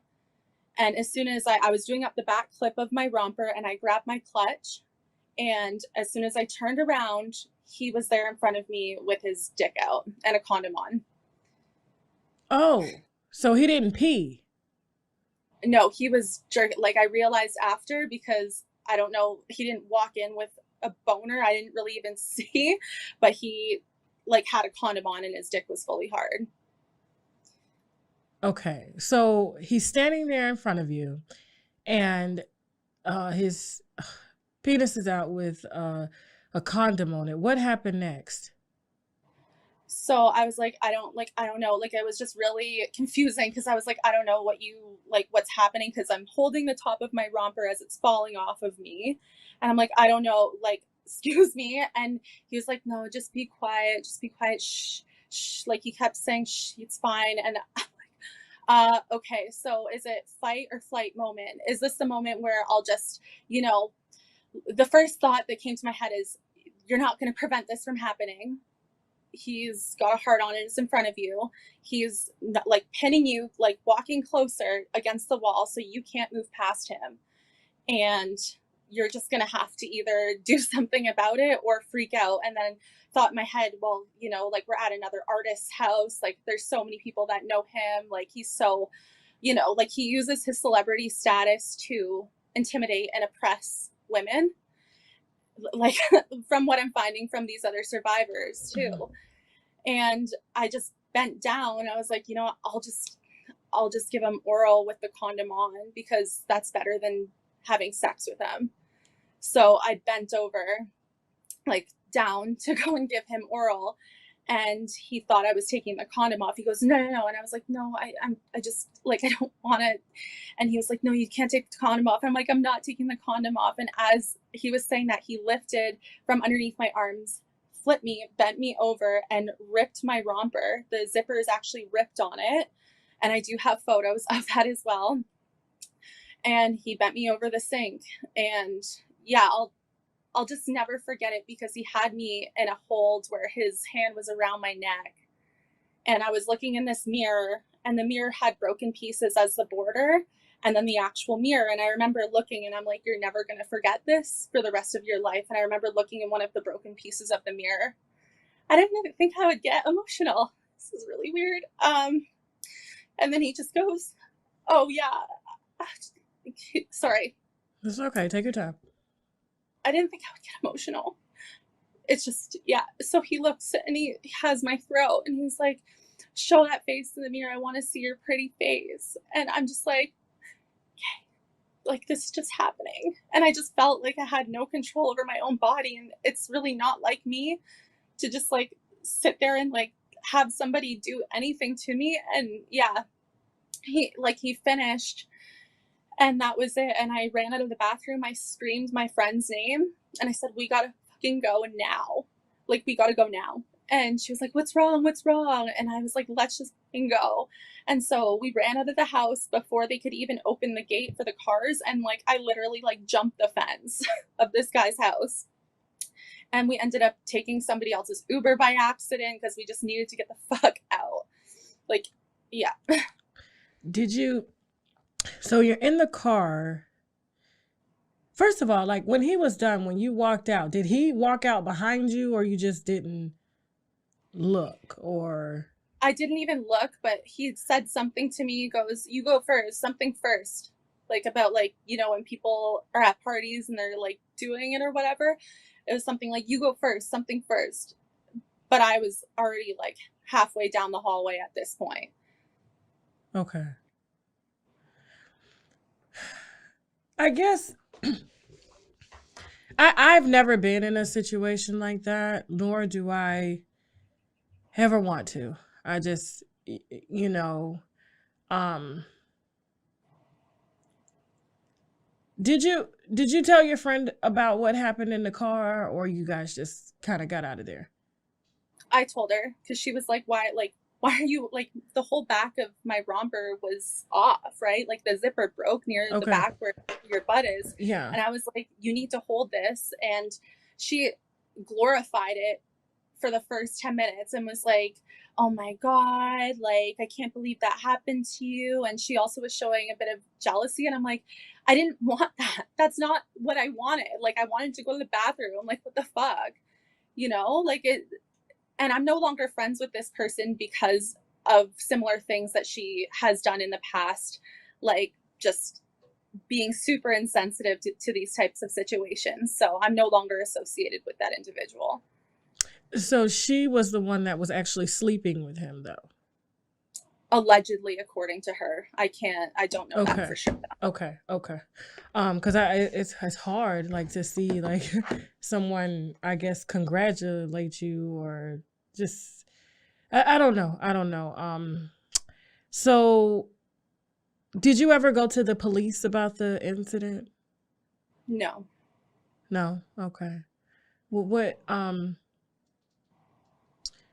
what made you not go to the police?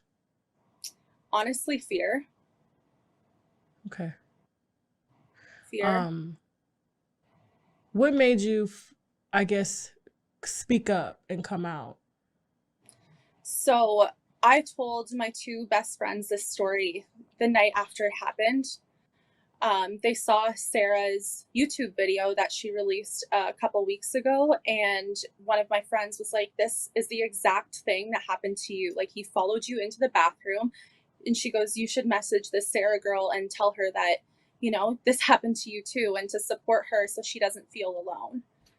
And so I reached out to Sarah and we just connected from there, and we saw a lot of commonalities in our stories, but also other survivors as well. Okay. Did you, I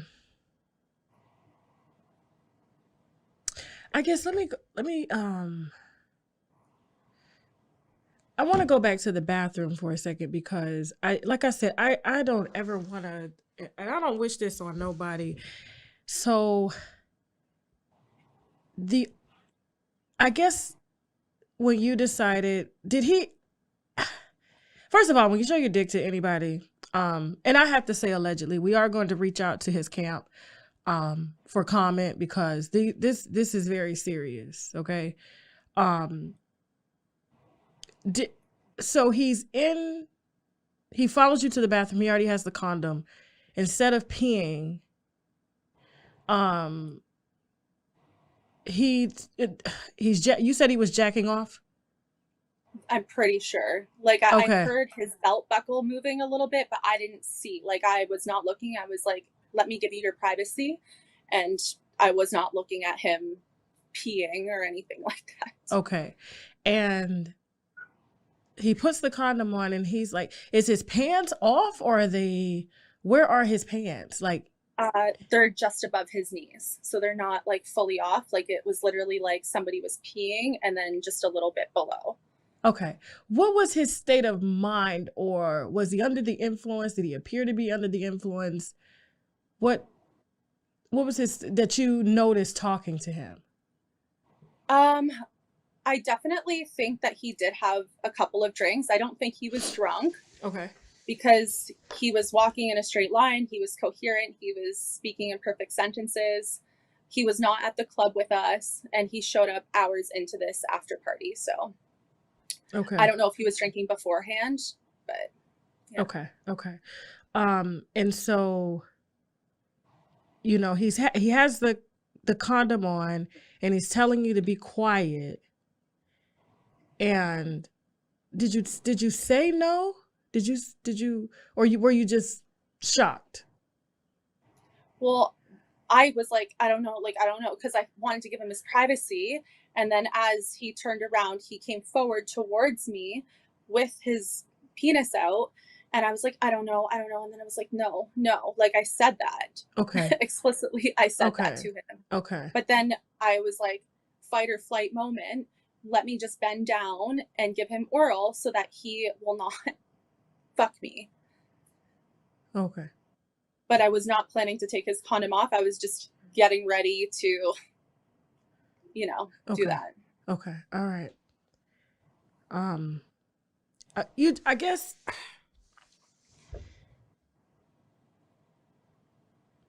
I mean, it's hard because, and like, I can't never put myself in your shoes or in that situation. Cause like I said, I've never been in that situation, but I just couldn't imagine, I guess, wanting to negotiate. But I've heard that before with other women. Like, it's like, let me do this instead of doing this. And I personally feel like it wouldn't have went down if you would have screamed. You understand? I mean, I don't want to say what I would have done and what I don't want to go into that. But again, this was a really large house, and this bathroom was by the front door, and everybody was back in the patio/bar area. Okay. So I don't know if anybody would have heard me scream. Okay. My friend didn't hear me scream. No, and I know that it's like, when, and I feel like this is why every woman needs self-defense classes, because, I'm listening and I'm like, his pants is behind, his pants are down, like around his ankles, that makes it hard to walk. And they weren't on his ankles. They were like, no, okay. So they weren't like, so if you were to run, it would be hard to catch you. I just, because here's the thing. I don't want anybody to, when these types of things come out on the internet, Cora, it's hard. First, and I do commend you for being courageous enough to share your story. I really do. I guess the part I'm having issues with is I don't know if I really want the story to go out, because like if anybody is out here listening to it and they hear you say, well, I just dropped down and just wanted to give him oral, and he was like, don't do that.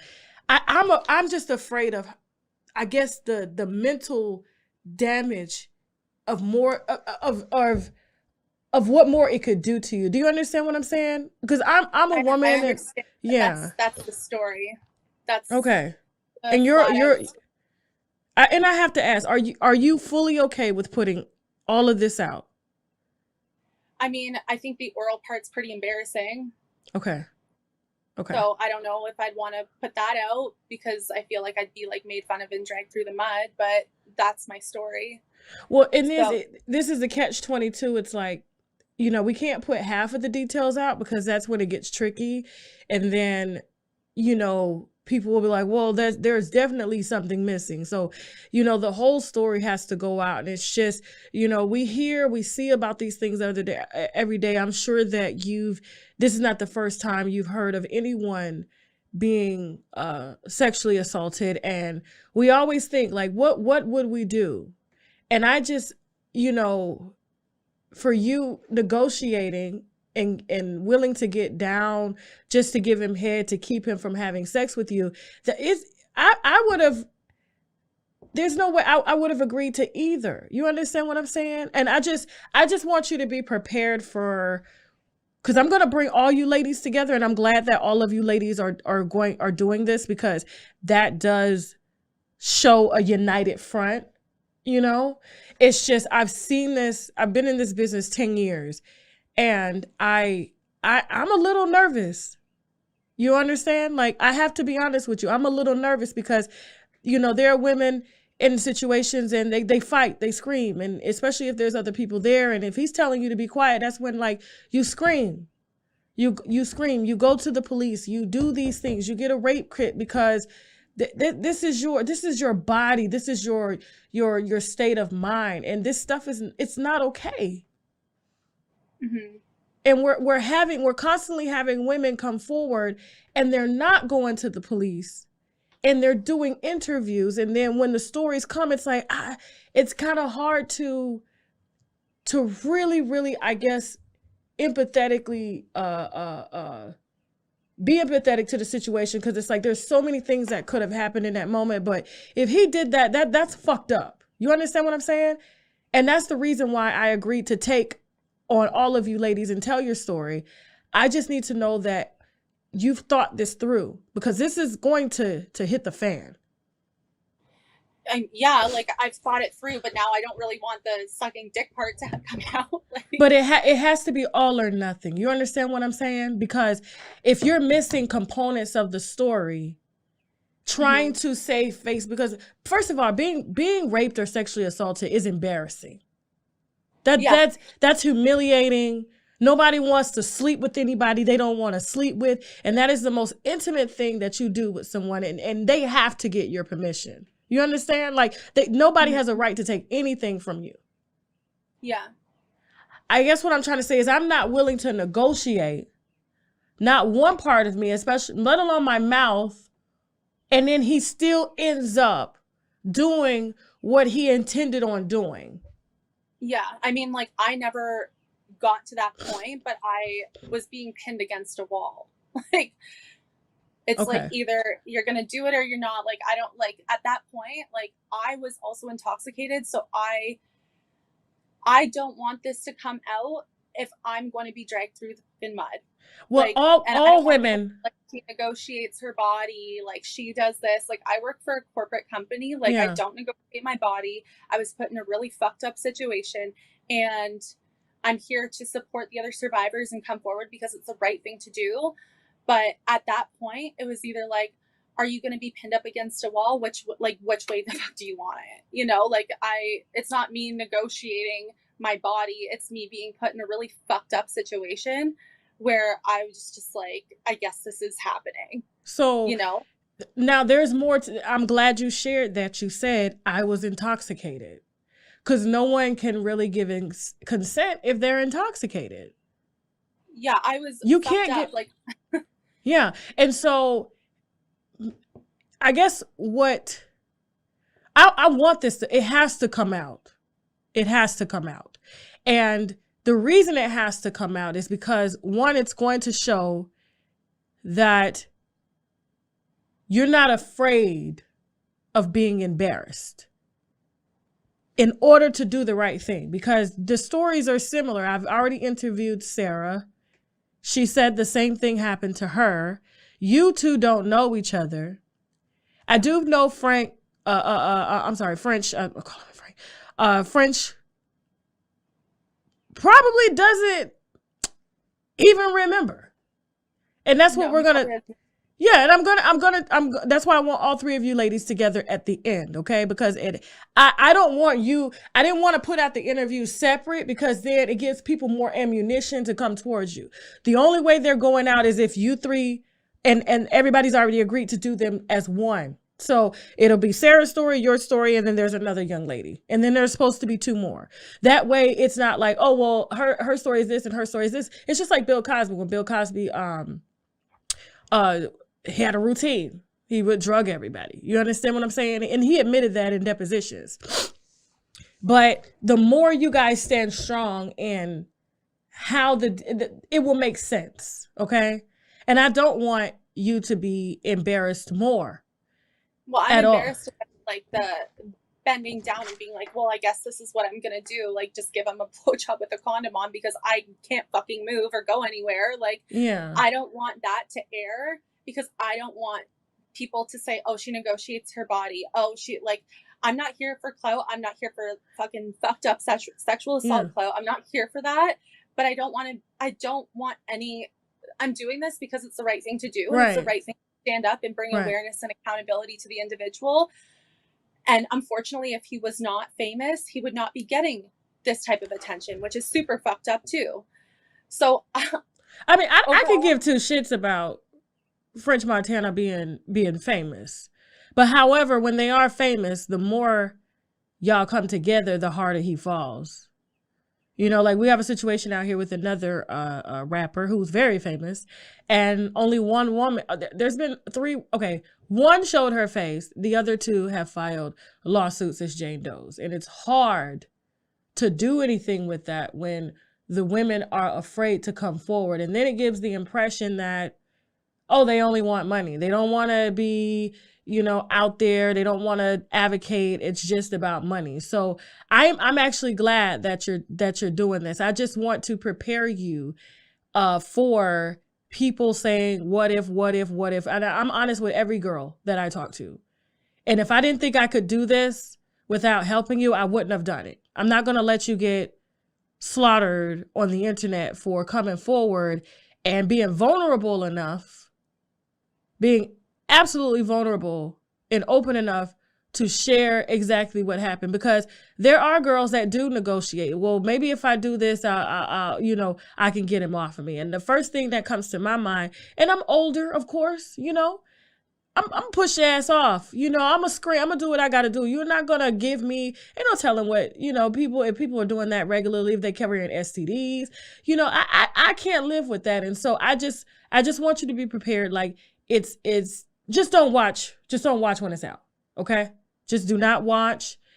Go back to your regular life. And don't air the blood. Don't put the sucking dick part on, because I didn't suck his dick. I was just pinned and I didn't know what the fuck to do. But then that puts me in a compromising situation, because I'm now withholding information. See, I'm the media outlet that's chosen to do it. So if his lawyers come forward and say, well, you're withholding, this is the first thing they do in lawsuits. I want the raw cut. So that means I've already admitted that I don't want you hurt, but I want him hurt. So it seems intentional. Do you understand what I'm saying? So there's a lot of legalities with this that comes with this. So I can't air half of the story. I can't, because then people are going to know, well, if she didn't disclose that, what else is she not disclosing? You see what I'm saying? And then it makes the story worse. I got that, but I just don't, I'm not gonna sit here and be like, oh yeah, she negotiated her body. Oh, this and this. Oh yeah, like she wanted to suck his dick. No, I fucking didn't. And I didn't suck his dick either.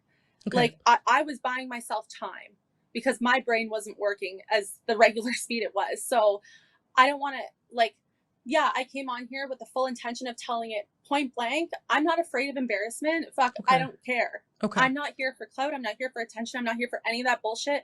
I just don't want people to be like, she negotiated her body. She's stupid. Well, like, they're gonna say, no. they're gonna say everything. They're gonna say everything. They're gonna talk about Sarah. They're gonna talk about you. They're gonna talk about the other girl. They're gonna say everything. You guys are young, beautiful, okay? White and racially ambiguous women, okay? And they see a black man or a famous man of minority with money, and here we go again. You see what I'm saying? They're going to say it.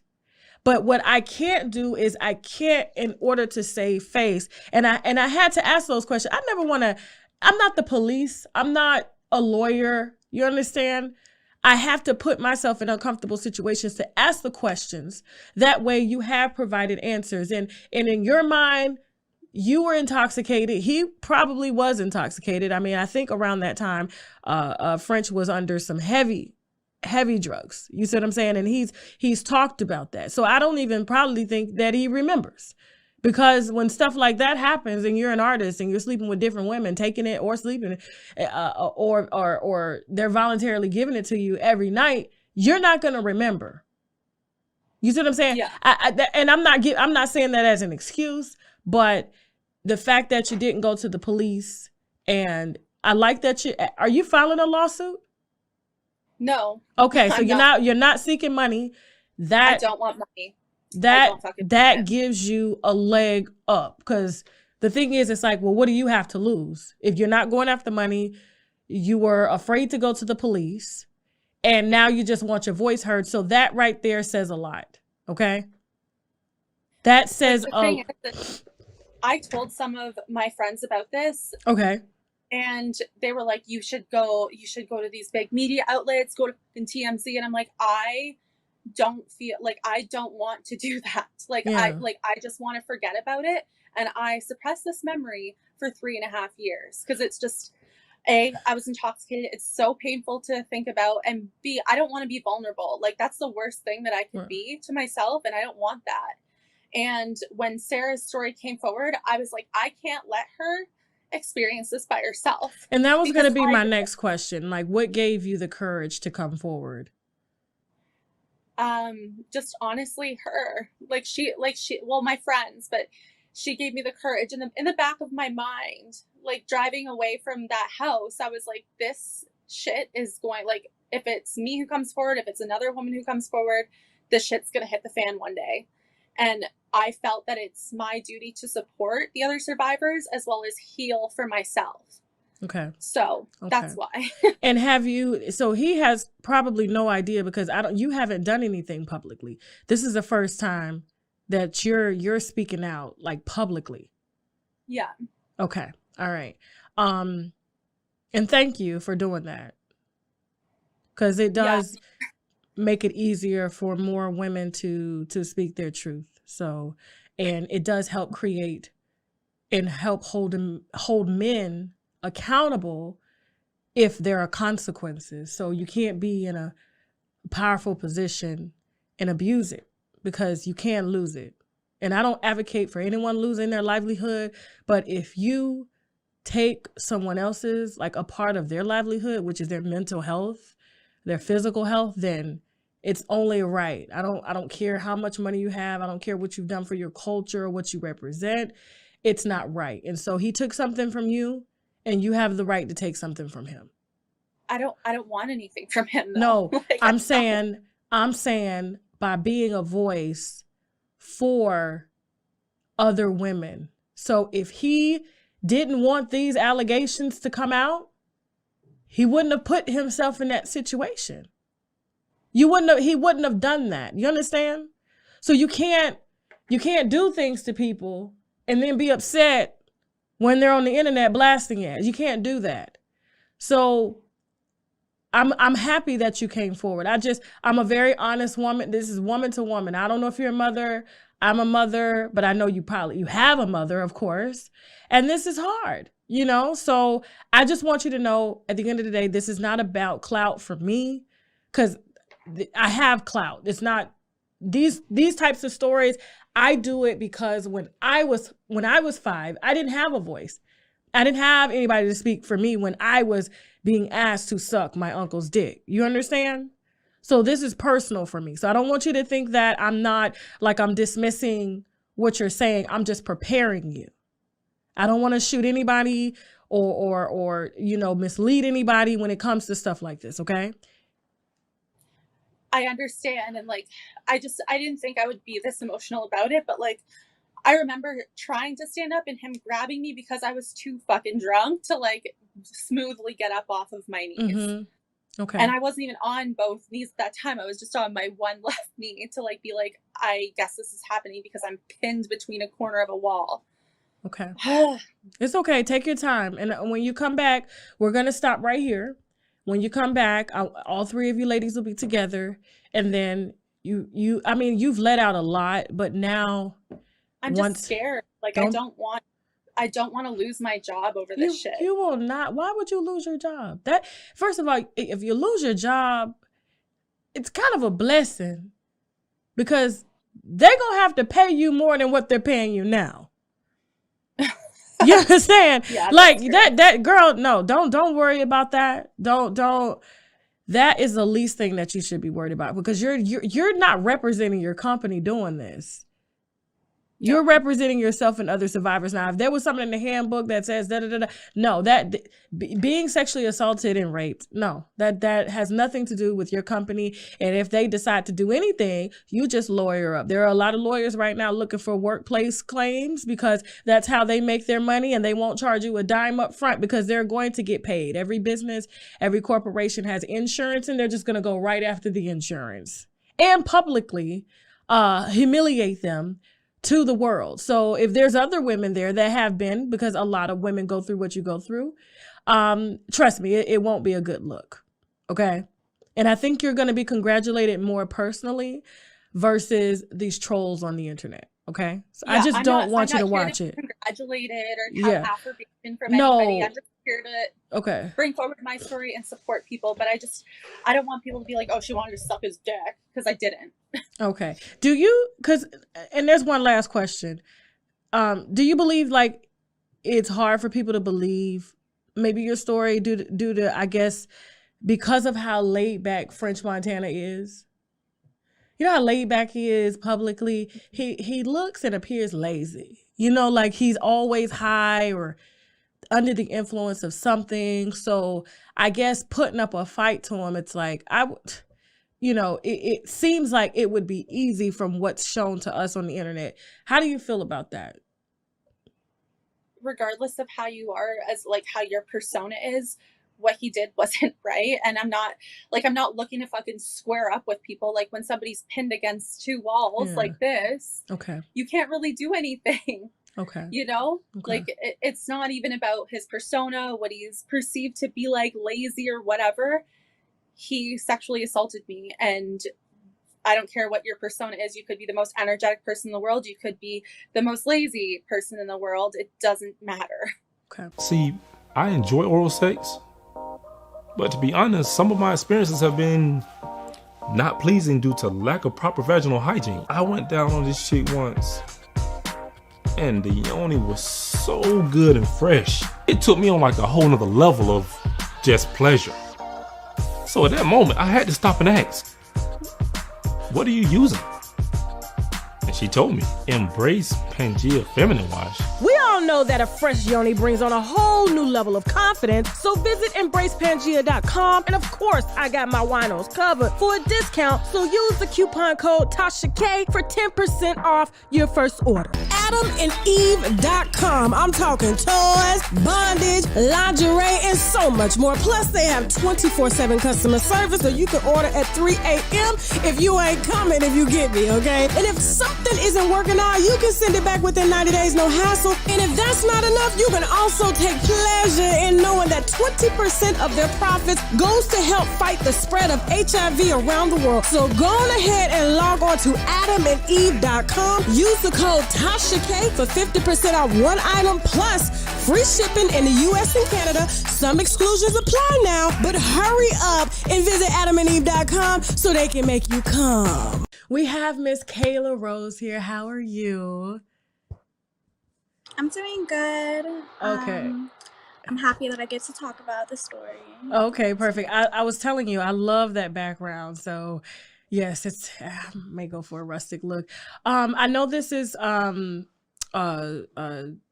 probably not one of the reasons why anyone would want to be here. So, I do commend you on being courageous enough to share your story. Now, you are the third woman who has come forward regarding French, Montana, concerning allegations of sexual assault. So if you don't mind just giving me a little background on who you are, and then we'll go right into the questions. Okay, my name is Kayla Rose. I am a model, but at the time I was a photographer, and that's the kind of what I was wanting to do. I was going to school for it at the time. I'm also in school right now. My major is sociology, and I'm working towards my bachelor's degree for that. Okay, perfect. Congratulations, by the way. Thank you. You're welcome. So how did you meet French Montana? I had a mutual friend who had met him prior. Okay. And I had known her for a few years. Okay. I was new to Vegas, and she was visiting town, and we were going out anyways. We were going to go to a different location, but then she had gotten a FaceTime call from him inviting us out. So we went there. Okay, perfect. So where did you guys go? I don't know if I caught that part. Well, we were supposed to eat dinner at Tao, but my friend and I were a little late for that, so we caught them outside, and we met them in an SUV, and it took us to Marquee Nightclub at the Cosmopolitan Hotel. Okay. And we were all there. It was a big group of people, and from there, a large group of people, all types, you know. There were models, there were photographers, there were marketing people, public relations. It was good networking. So it was a large group, and everyone went back to the suite. Okay, perfect. So what happened when you got to the suite? Well, it was pretty normal for a while. I was talking to various people. I wasn't interacting with French Montana at all, but there were women who were there. And you know, I wasn't drinking at the suite, but my friend, she was really drunk, like very inebriated. I hadn't seen her that drunk, like really ever. And I was interacting with other people, you know, like I said, I was trying to network. And French Montana like asked me to go to his room, which is connected to the suite. It's like a few feet away. And I go in it, and from there he's telling me, like, you know, he's basically saying how my friend is so drunk and everything. And then he's offering to get us a room that we could stay in. And at the time it was like, Vegas hotels and resorts are huge. So I'm walking in heels with my drunk friend. Like, the option seemed better than going through the hotel, waiting for the Uber, going to where I was parked, you know, just handling everything like that. So I was like, you know, I was willing to go to the room. So he had security escort me and my friend to another room, and their party is still going on. And, you know, he interrupted me I was interacting with other people. Like, I had no attraction to French Montana. Okay. I'm not a fan of his work. Like, I like people who are talented, but I don't feel that he's not my type of person. Okay. But we go to the hotel room. Not much happened. A few people checked on us throughout the night. His security guard came by at one point, like, gave me a hug. And then, like, I don't know, I wasn't drunk or anything. So I was just like, you know, I kind of hugged him back, but it was like weird. He left right after that. So I don't know anything about that. But the next day, my friend, she goes to sleep. The next day, we wake up and we don't have any way to contact them because my friend doesn't have her phone. They collect phones. Okay. And so they had her purse and everything. I had snuck my phone, so I had it, but I didn't have any way to access them. Okay. Like I didn't have phone numbers or anything. So we were stuck there until like 1:30 p.m. and I was in the shower, and my friend, when I got out, she was gone. So they had brought her back to French Montana Suite. Okay. And I was waiting for her. Her clothes were still on the bed, so she was like in a towel, and that's how they brought her to his room. And it was on a different floor, like of this nice hotel. Okay. And so it's kind of weird, but I'm ready to leave. It's the next day. They bring me to the suite, and then I go into the room, and there's nobody else there from the party last night. And then the security guard left. I don't know where he went. But my friend is in the room. She's on the bed, and he was sitting on the bed next to her. But when I got up, when I got in the room, I knew it was an awkward situation, but I was trying to diffuse it. I didn't want it to escalate. I was celibate at the time, but my friend, she had recently gotten surgery, so I know she wasn't trying to be sexual with him. So it was I didn't know how to really go upon that. So I was just kind of being lighthearted and making jokes and stuff like that. But I was telling him I'm not interested, and who brought you to the room? Who brought you to the room? His security guard. His name is Max. Okay. Did you have a chance to get dressed when you got out the shower? Yes, I got dressed. Okay, perfect. Okay. So I was fully clothed. Okay, perfect. Because I know you said your friend had on a towel, so I was like, oh wow. Okay. Yeah, she had on a towel, but I was fully dressed. Okay. But that didn't matter. Right. Because he came up behind me. My friend is still on the bed. He's behind me. He starts kissing on my neck and stuff, and I'm telling him no. I wasn't attracted to him, and I was celibate at the time. So it wasn't anything personal. Even if I was really liking him, it didn't matter who he was. That was a personal thing for me. Okay. So he's kissing on my neck, and I know that doesn't seem like the worst thing that could happen to somebody, but it was making me feel very uncomfortable. And then he put his fingers up my skirt and put them inside of me. And I felt very violated, and I'm telling him no the entire time, pushing him away, trying to get his hands off of me. My friend, she's in the bed, she's next to me, she sees it and she hears it, but she starts covering her eyes so she doesn't have to see it because it's uncomfortable for her. And then he continues and he continues, and it gets to the point where I had to choke him for him to stop. And then after I choked him, he stopped being forceful, but he still had brought out his penis. And I think he even brought his penis out before he choked me. But then he whips it out a second time, oh, are you sure you don't want to do this type thing? But it was very... before he choked you? And during... He choked you too? No, I choked him. Okay. No. I thought I heard you. Okay. He wasn't violent towards me in that sense. He didn't strike me or anything. Okay. But he just violated me with his hands and sexually violent. Okay. And it was uncomfortable. It wasn't something I felt good about. But he changed the vibe after that. He was a little bit more we went back into the room with my friend. And he had been telling her the night before that she could be his assistant. And, then he started telling me I could be his photographer and stuff like that. And I see that now and I'm that was manipulation. But, before it's I minimized the situation. Oh, it's not that bad. I didn't know how it would affect me or anything. So it was just something I just kept to myself. I didn't want to make a huge deal out of it. Okay. And at the time, I kind of felt proud of myself that I stood up for myself. That's the way I was thinking. Oh, at least it didn't lead to sex. Maybe he respects me because I put him in his place and I choked him. And, I wasn't really in the right mindset. I can't say what it did to me psychologically. But I tried to reframe it the best way I knew how. and, I was still like tied into that group of friends and everything. So it was just really uncomfortable for me to be in at that time. I wasn't seeing what it was, the fact that I told him no, and he continued to the point that I had to choke him. And I'm not a violent person. Like, I'm 5'1", he's like 6'3", like, but that was just the point it got. Now, your friend, she was laying on the bed and she covered her eyes. She refused to help. Was it because maybe she had the surgery and maybe she didn't want to, I guess?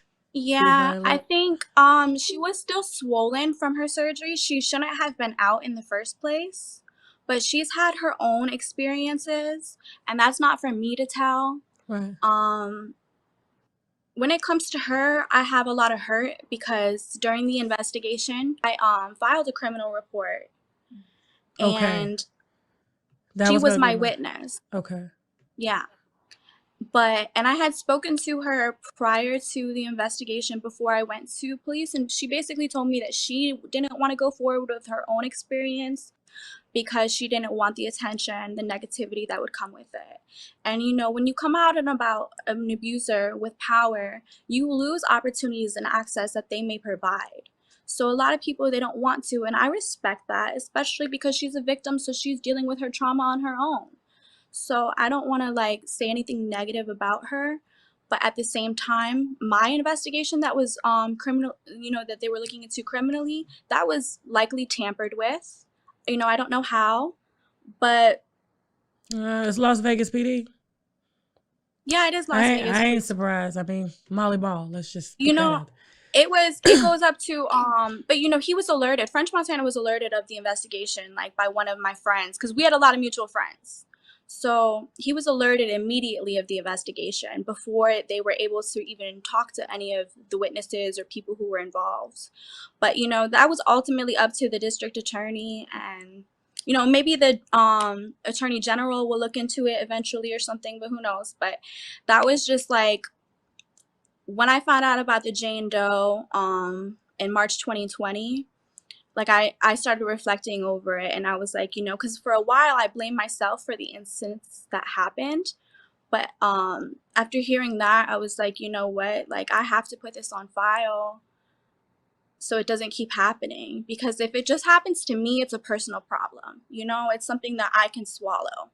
But if it's happening to multiple people, then it becomes a public issue. And then it's that's when I have to use my voice, and because a lot of people, I feel that are victims of him, they won't want to come forward. Some might be celebrities, some might be, strippers, or people who don't feel comfortable going to police and stuff like that. So, but yeah, they didn't do anything. Okay. What happened after, you choked him and he obviously stopped? You said he changed his vibe. Did you just leave the room with your friend, or did she stay? Yeah, my friend and I, we left the room, and as we were walking out the hotel room, it's ironic because I never planned to ever go public with this because it's not something that you're setting yourself up to be ridiculed, to be real, and that's not something that I really necessarily want to sign up for, to be a victim a second time, but I have to take myself out of it. But during the hotel walk, we're outside, and she's oh, I thought we were going to end up on the shade room. That was close. And I was just after that, I was kind of oh, damn, I don't want to, talk to anything. But like I said, he was basically saying that she could be his assistant and I could be his photographer. So he invited us out that night where he was going to be at a pool party for Tao Beach Club. Mm-hmm. And that night, he had brought his monkey, and he was saying that I could take pictures of him that night. But I would have had to be there at the exact time to meet up with them, because if I didn't get in with them, I wouldn't really have been able to get into the venue, not to the access that they were at. So I didn't end up going that night. But I went out a month later. I had a lot of mutual friends, so they're all there. It's a big group setting. I didn't have any issues that night. There was nothing that went wrong.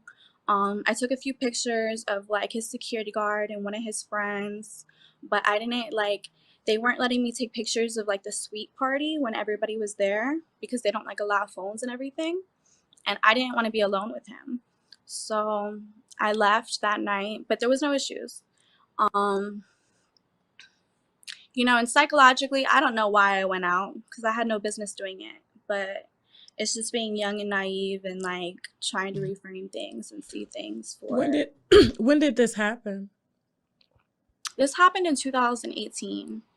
And I was in a different space in life. Like, I didn't really, I was just really stupid, I think. Like, I've, like, you know, since then I've been going to school, and I just learn about more, like, power structures and everything like that. And I realized, like, and, you know, I study sociology, so we learn about gender violence and everything like that. And now it's something that I could be like, where before it was like I felt wrong, and it, like, you know, but I just didn't see myself like going forward because of all the stigma attached, because like people really, you know, judge you. It's like going to police. Like, if you look at the statistics, only 2% of reported rapes are false, that are found false. But about 68% of rapes don't even get reported. And then only 6% of the rapes that do get reported, the perpetrators actually go to like jail or prison for it. So I don't know. How long after did you file the police report? I filed the police report 2 years later in June 2020. That was after learning about the Jane Doe. Okay. And then what? So nothing went forward. Are you going to, I guess, proceed civilly? I can't proceed civilly. The statute of limitations in Nevada is only 2 years for sexual assault, battery, negligence, maybe even false imprisonment, all the different things that it could have been charged with. Like, it's past the statute of limitations.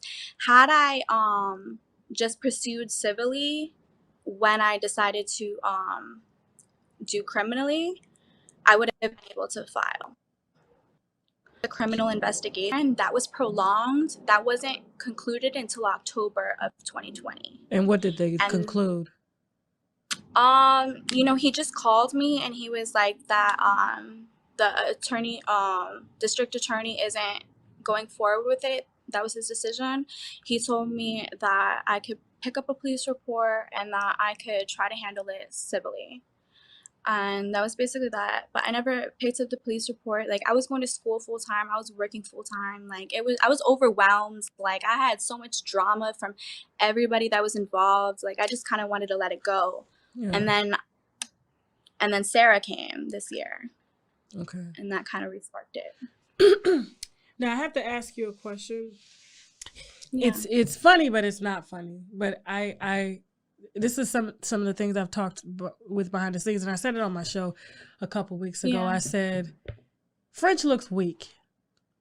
And, you know, the way his mannerisms are, you know, it's like, you know, it's like, I have to talk to them because I'm like, he looks weak. And then when I hear your story, you say you choked the shit out of him. I'm like, well, that's what I'm talking about. Connecting to the internet. I'm sorry. Miss Tasha, yes. I am 5. You're what?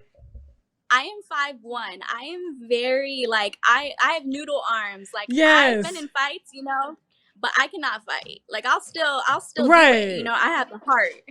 But when it comes down to it, he could have hurt me. You know what I mean? But he didn't. But I don't think that it's for him. And I think for men of power, it's not about that. Yeah, they could get you. They can, you know, beat you. But that's not what it is. They don't need to do that. You know, their power and fame protects them. So they get off on, like, the exertion of dominance. Yeah. You know, and you don't need to exert force when you can manipulate, or there's a power dynamic of you offering a job and that, you know, being overshadowing the abuse that you just did. You know, like, it's very... I think it's very calculated. Yeah. And that's one of the reasons that I like to speak up about it, because, you know, it's a pattern. Girl, you got my respect because you pushed him. You got him off you. And I do commend you, because those are the things that I look for. Like, what did you do? How did you handle it? What was your you know, what was your aftermath, you know? And so like I do appreciate that. Now I do have to say allegedly because I wasn't there personally, but Yeah, I understand. do 100%, you know, stand behind you. And so, of course, you know, you reading those statistics needed to be read because, you know, I get these stories all the time. And I've never questioned not one until tonight, and it wasn't you. And it was another one of the girls, and the way she specifically told the story, and she doesn't want certain things out because, you know, it's embarrassing to be, you know, sexually assaulted. And, you know, it was before your interview, and, you know, am I proud about the way I handled it? No. But at the same time, it was how it was handled on her end, because you're a very small girl. And when you said, no, get your fucking hands off, you know, you did what you needed to do. But then when I hear the girls that don't do anything, and they don't file a police report, they don't do anything, and then here they are doing interviews, and it's like, well, how can I help if you haven't tried to do anything to protect yourself? You see what I'm saying? So Yeah, I understand what you're saying. I think a yeah, lot of people agree with you. You know, that's the common like belief and stuff like that. You know, people handle things all types of ways though, right, because depending on who somebody is, they might not feel comfortable going to police, or, you know, depending on like right, where you're at on, you know, race, gender, class, right, occupation, like all of those are factors of whether you're going to report something. right, And honestly, I didn't handle things the perfect way because I continued going out with them, and I had another experience that I haven't even talked about, and I don't even like talking about it because it humiliates me, the fact that I don't know where I was psychologically, but I continued going out with them, you know, for a few months, and then, you know, on one occasion I blacked out. You know, and my friend was in the room with me at one point, and when I was conscious, she was gone, and he was penetrating me. who? And, you know, French? Mm-hmm. So Kareem. you were so were you drugged when you blacked out? I had taken one shot, but I hadn't been drinking much prior. Like, we were on a lake. We were at Lake Las Vegas. It was like, I think the W or the Westin or something like that. And everybody was out on the lake, and, you know, some people were drinking. Like, I don't think he had any performances or anything, so he probably was there to party. I had a few mutual friends that I went there with. I had a few girls that I had already knew that were there. You know, it ended up being me and my friend. She had texted me like, oh, don't leave me alone. Like, she didn't know the incident that had happened prior, because this is a different friend from the one that was in the hotel room. But I had kind of let my guard down because French had switched his demeanor. Like, you know, I'm still thinking I'm going to be a photographer. I had my camera in the car.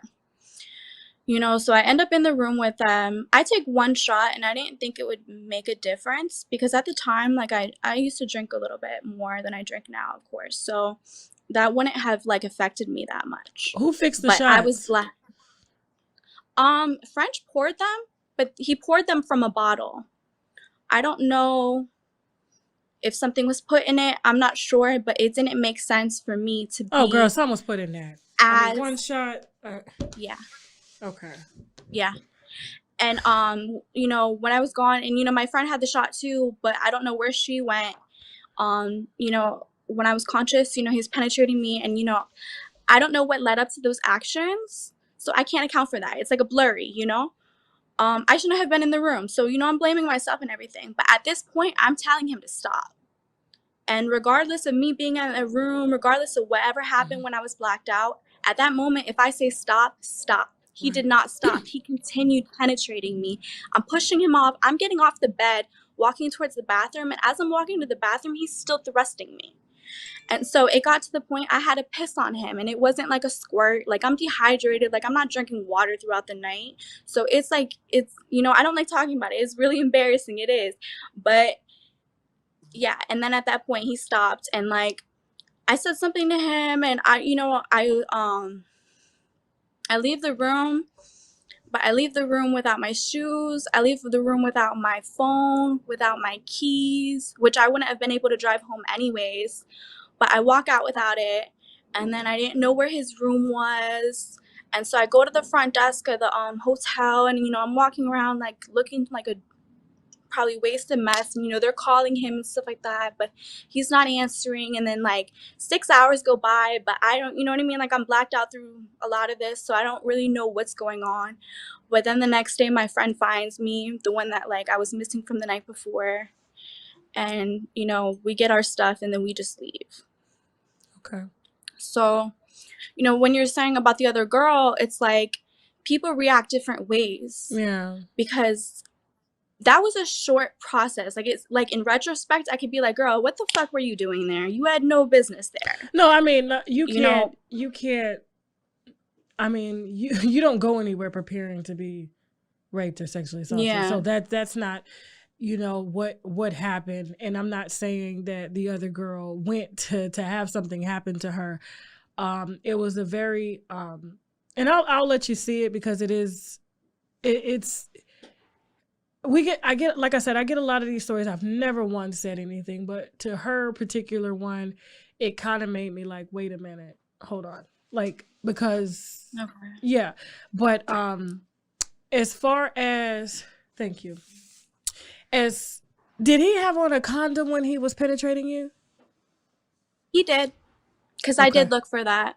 I remember that distinctly. He had a condom on. Okay. Which just further makes me feel like he knows what he's doing. Right. Okay. But I don't know. Okay.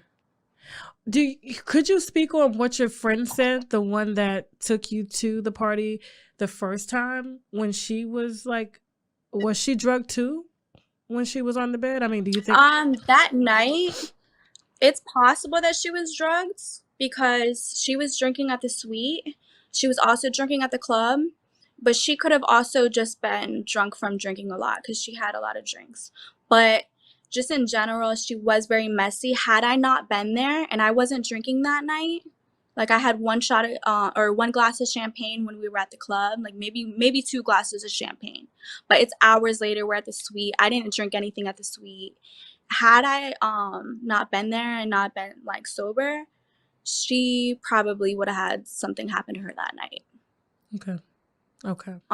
And looking back, I think it was pretty intentional that we were put in that room. That's how I feel. It's mind-boggling that, you know, somebody in French's position, I mean, he doesn't strike me as the type of man that, you know, women would refuse if he were to ask.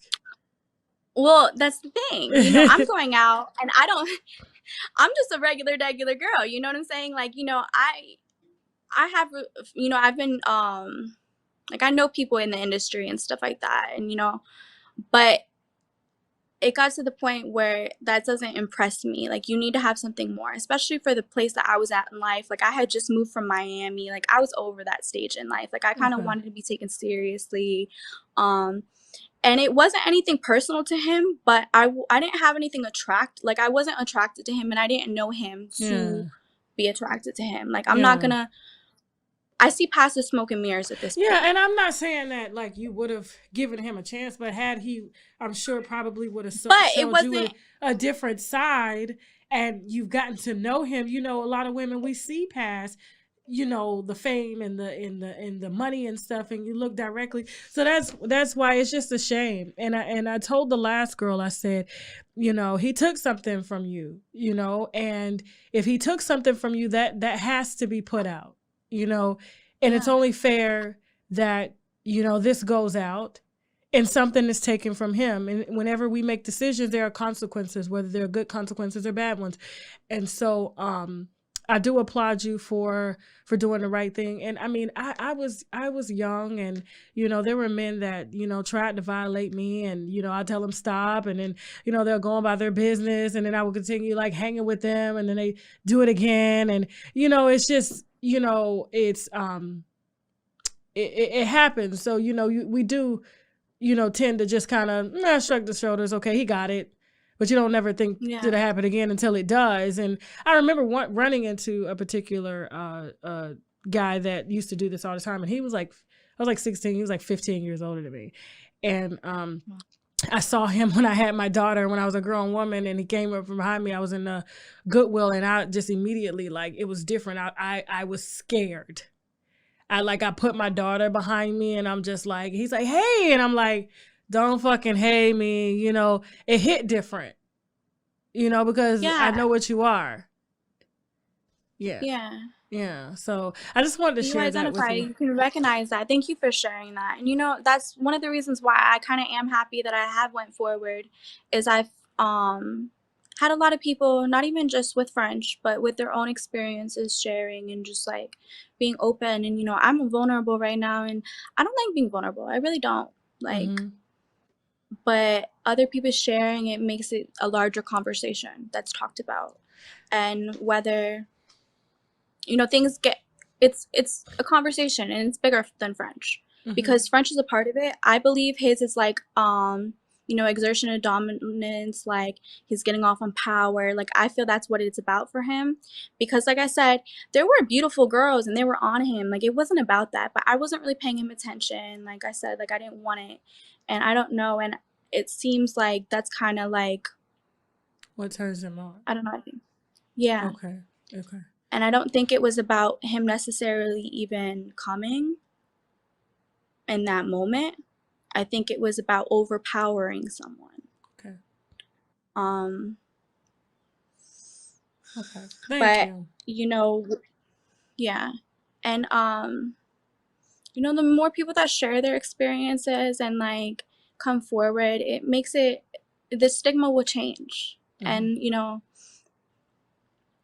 that's all we can really hope for, because when it comes down to it, like, I already know he's gonna clean things up with his PR, make some type of donation, like get seen with like some new celebrity, you know what I mean? He's gonna take the news off of him or whatever, you know, and people with power protect other people with power. But I find some healing and, you know, knowing that it wasn't just my fault, like there's other victims, so it could have played out in different ways. And, you know, it's unfortunate that there are other people, but I just feel like I had to come forward, you know, so that other people, like, because there are people you can be safe with in the industry. Like, not everybody is bad. Like, you know, I think that's a common misconception about, like, the entertainment industry. But you have to filter it out for yourself, you know? Okay.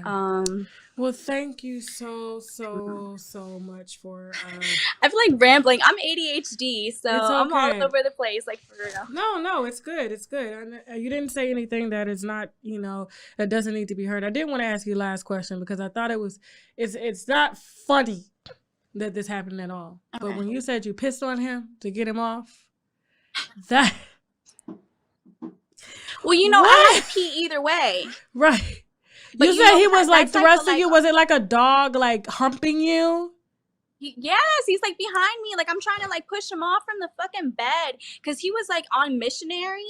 And like, I get up from the fucking bed and I'm like walking towards the bathroom, you know, and I want him to stop, because I noticed my friend was gone, and I was only in the room because my friend was there. Yeah. So the fact that she was gone, I'm like, okay, I hadn't known when this started, but whenever I know what's going on right now, and I'm telling you to stop, and he's not stopping. And so you know, the bathroom's a few feet away, and he's still doing it. And so, you know, I could push him out, and like I pissed on him, and like I don't know if he came or not. I wasn't, like I said, I seen a condom, but I didn't know if he finished or not. But yeah, and it wasn't like. But the good deal on that. That's good for us. It's embarrassing. No, it's not embarrassing. It's embarrassing for him. Like what the fuck is wrong with you? And I do feel like you know, I think he was in the hospital 2019. Like, from all the drugs and stuff he was doing. And what I told the other girl is that, you know, I'm sure he remembers the situation with you, because it, you know. Yeah.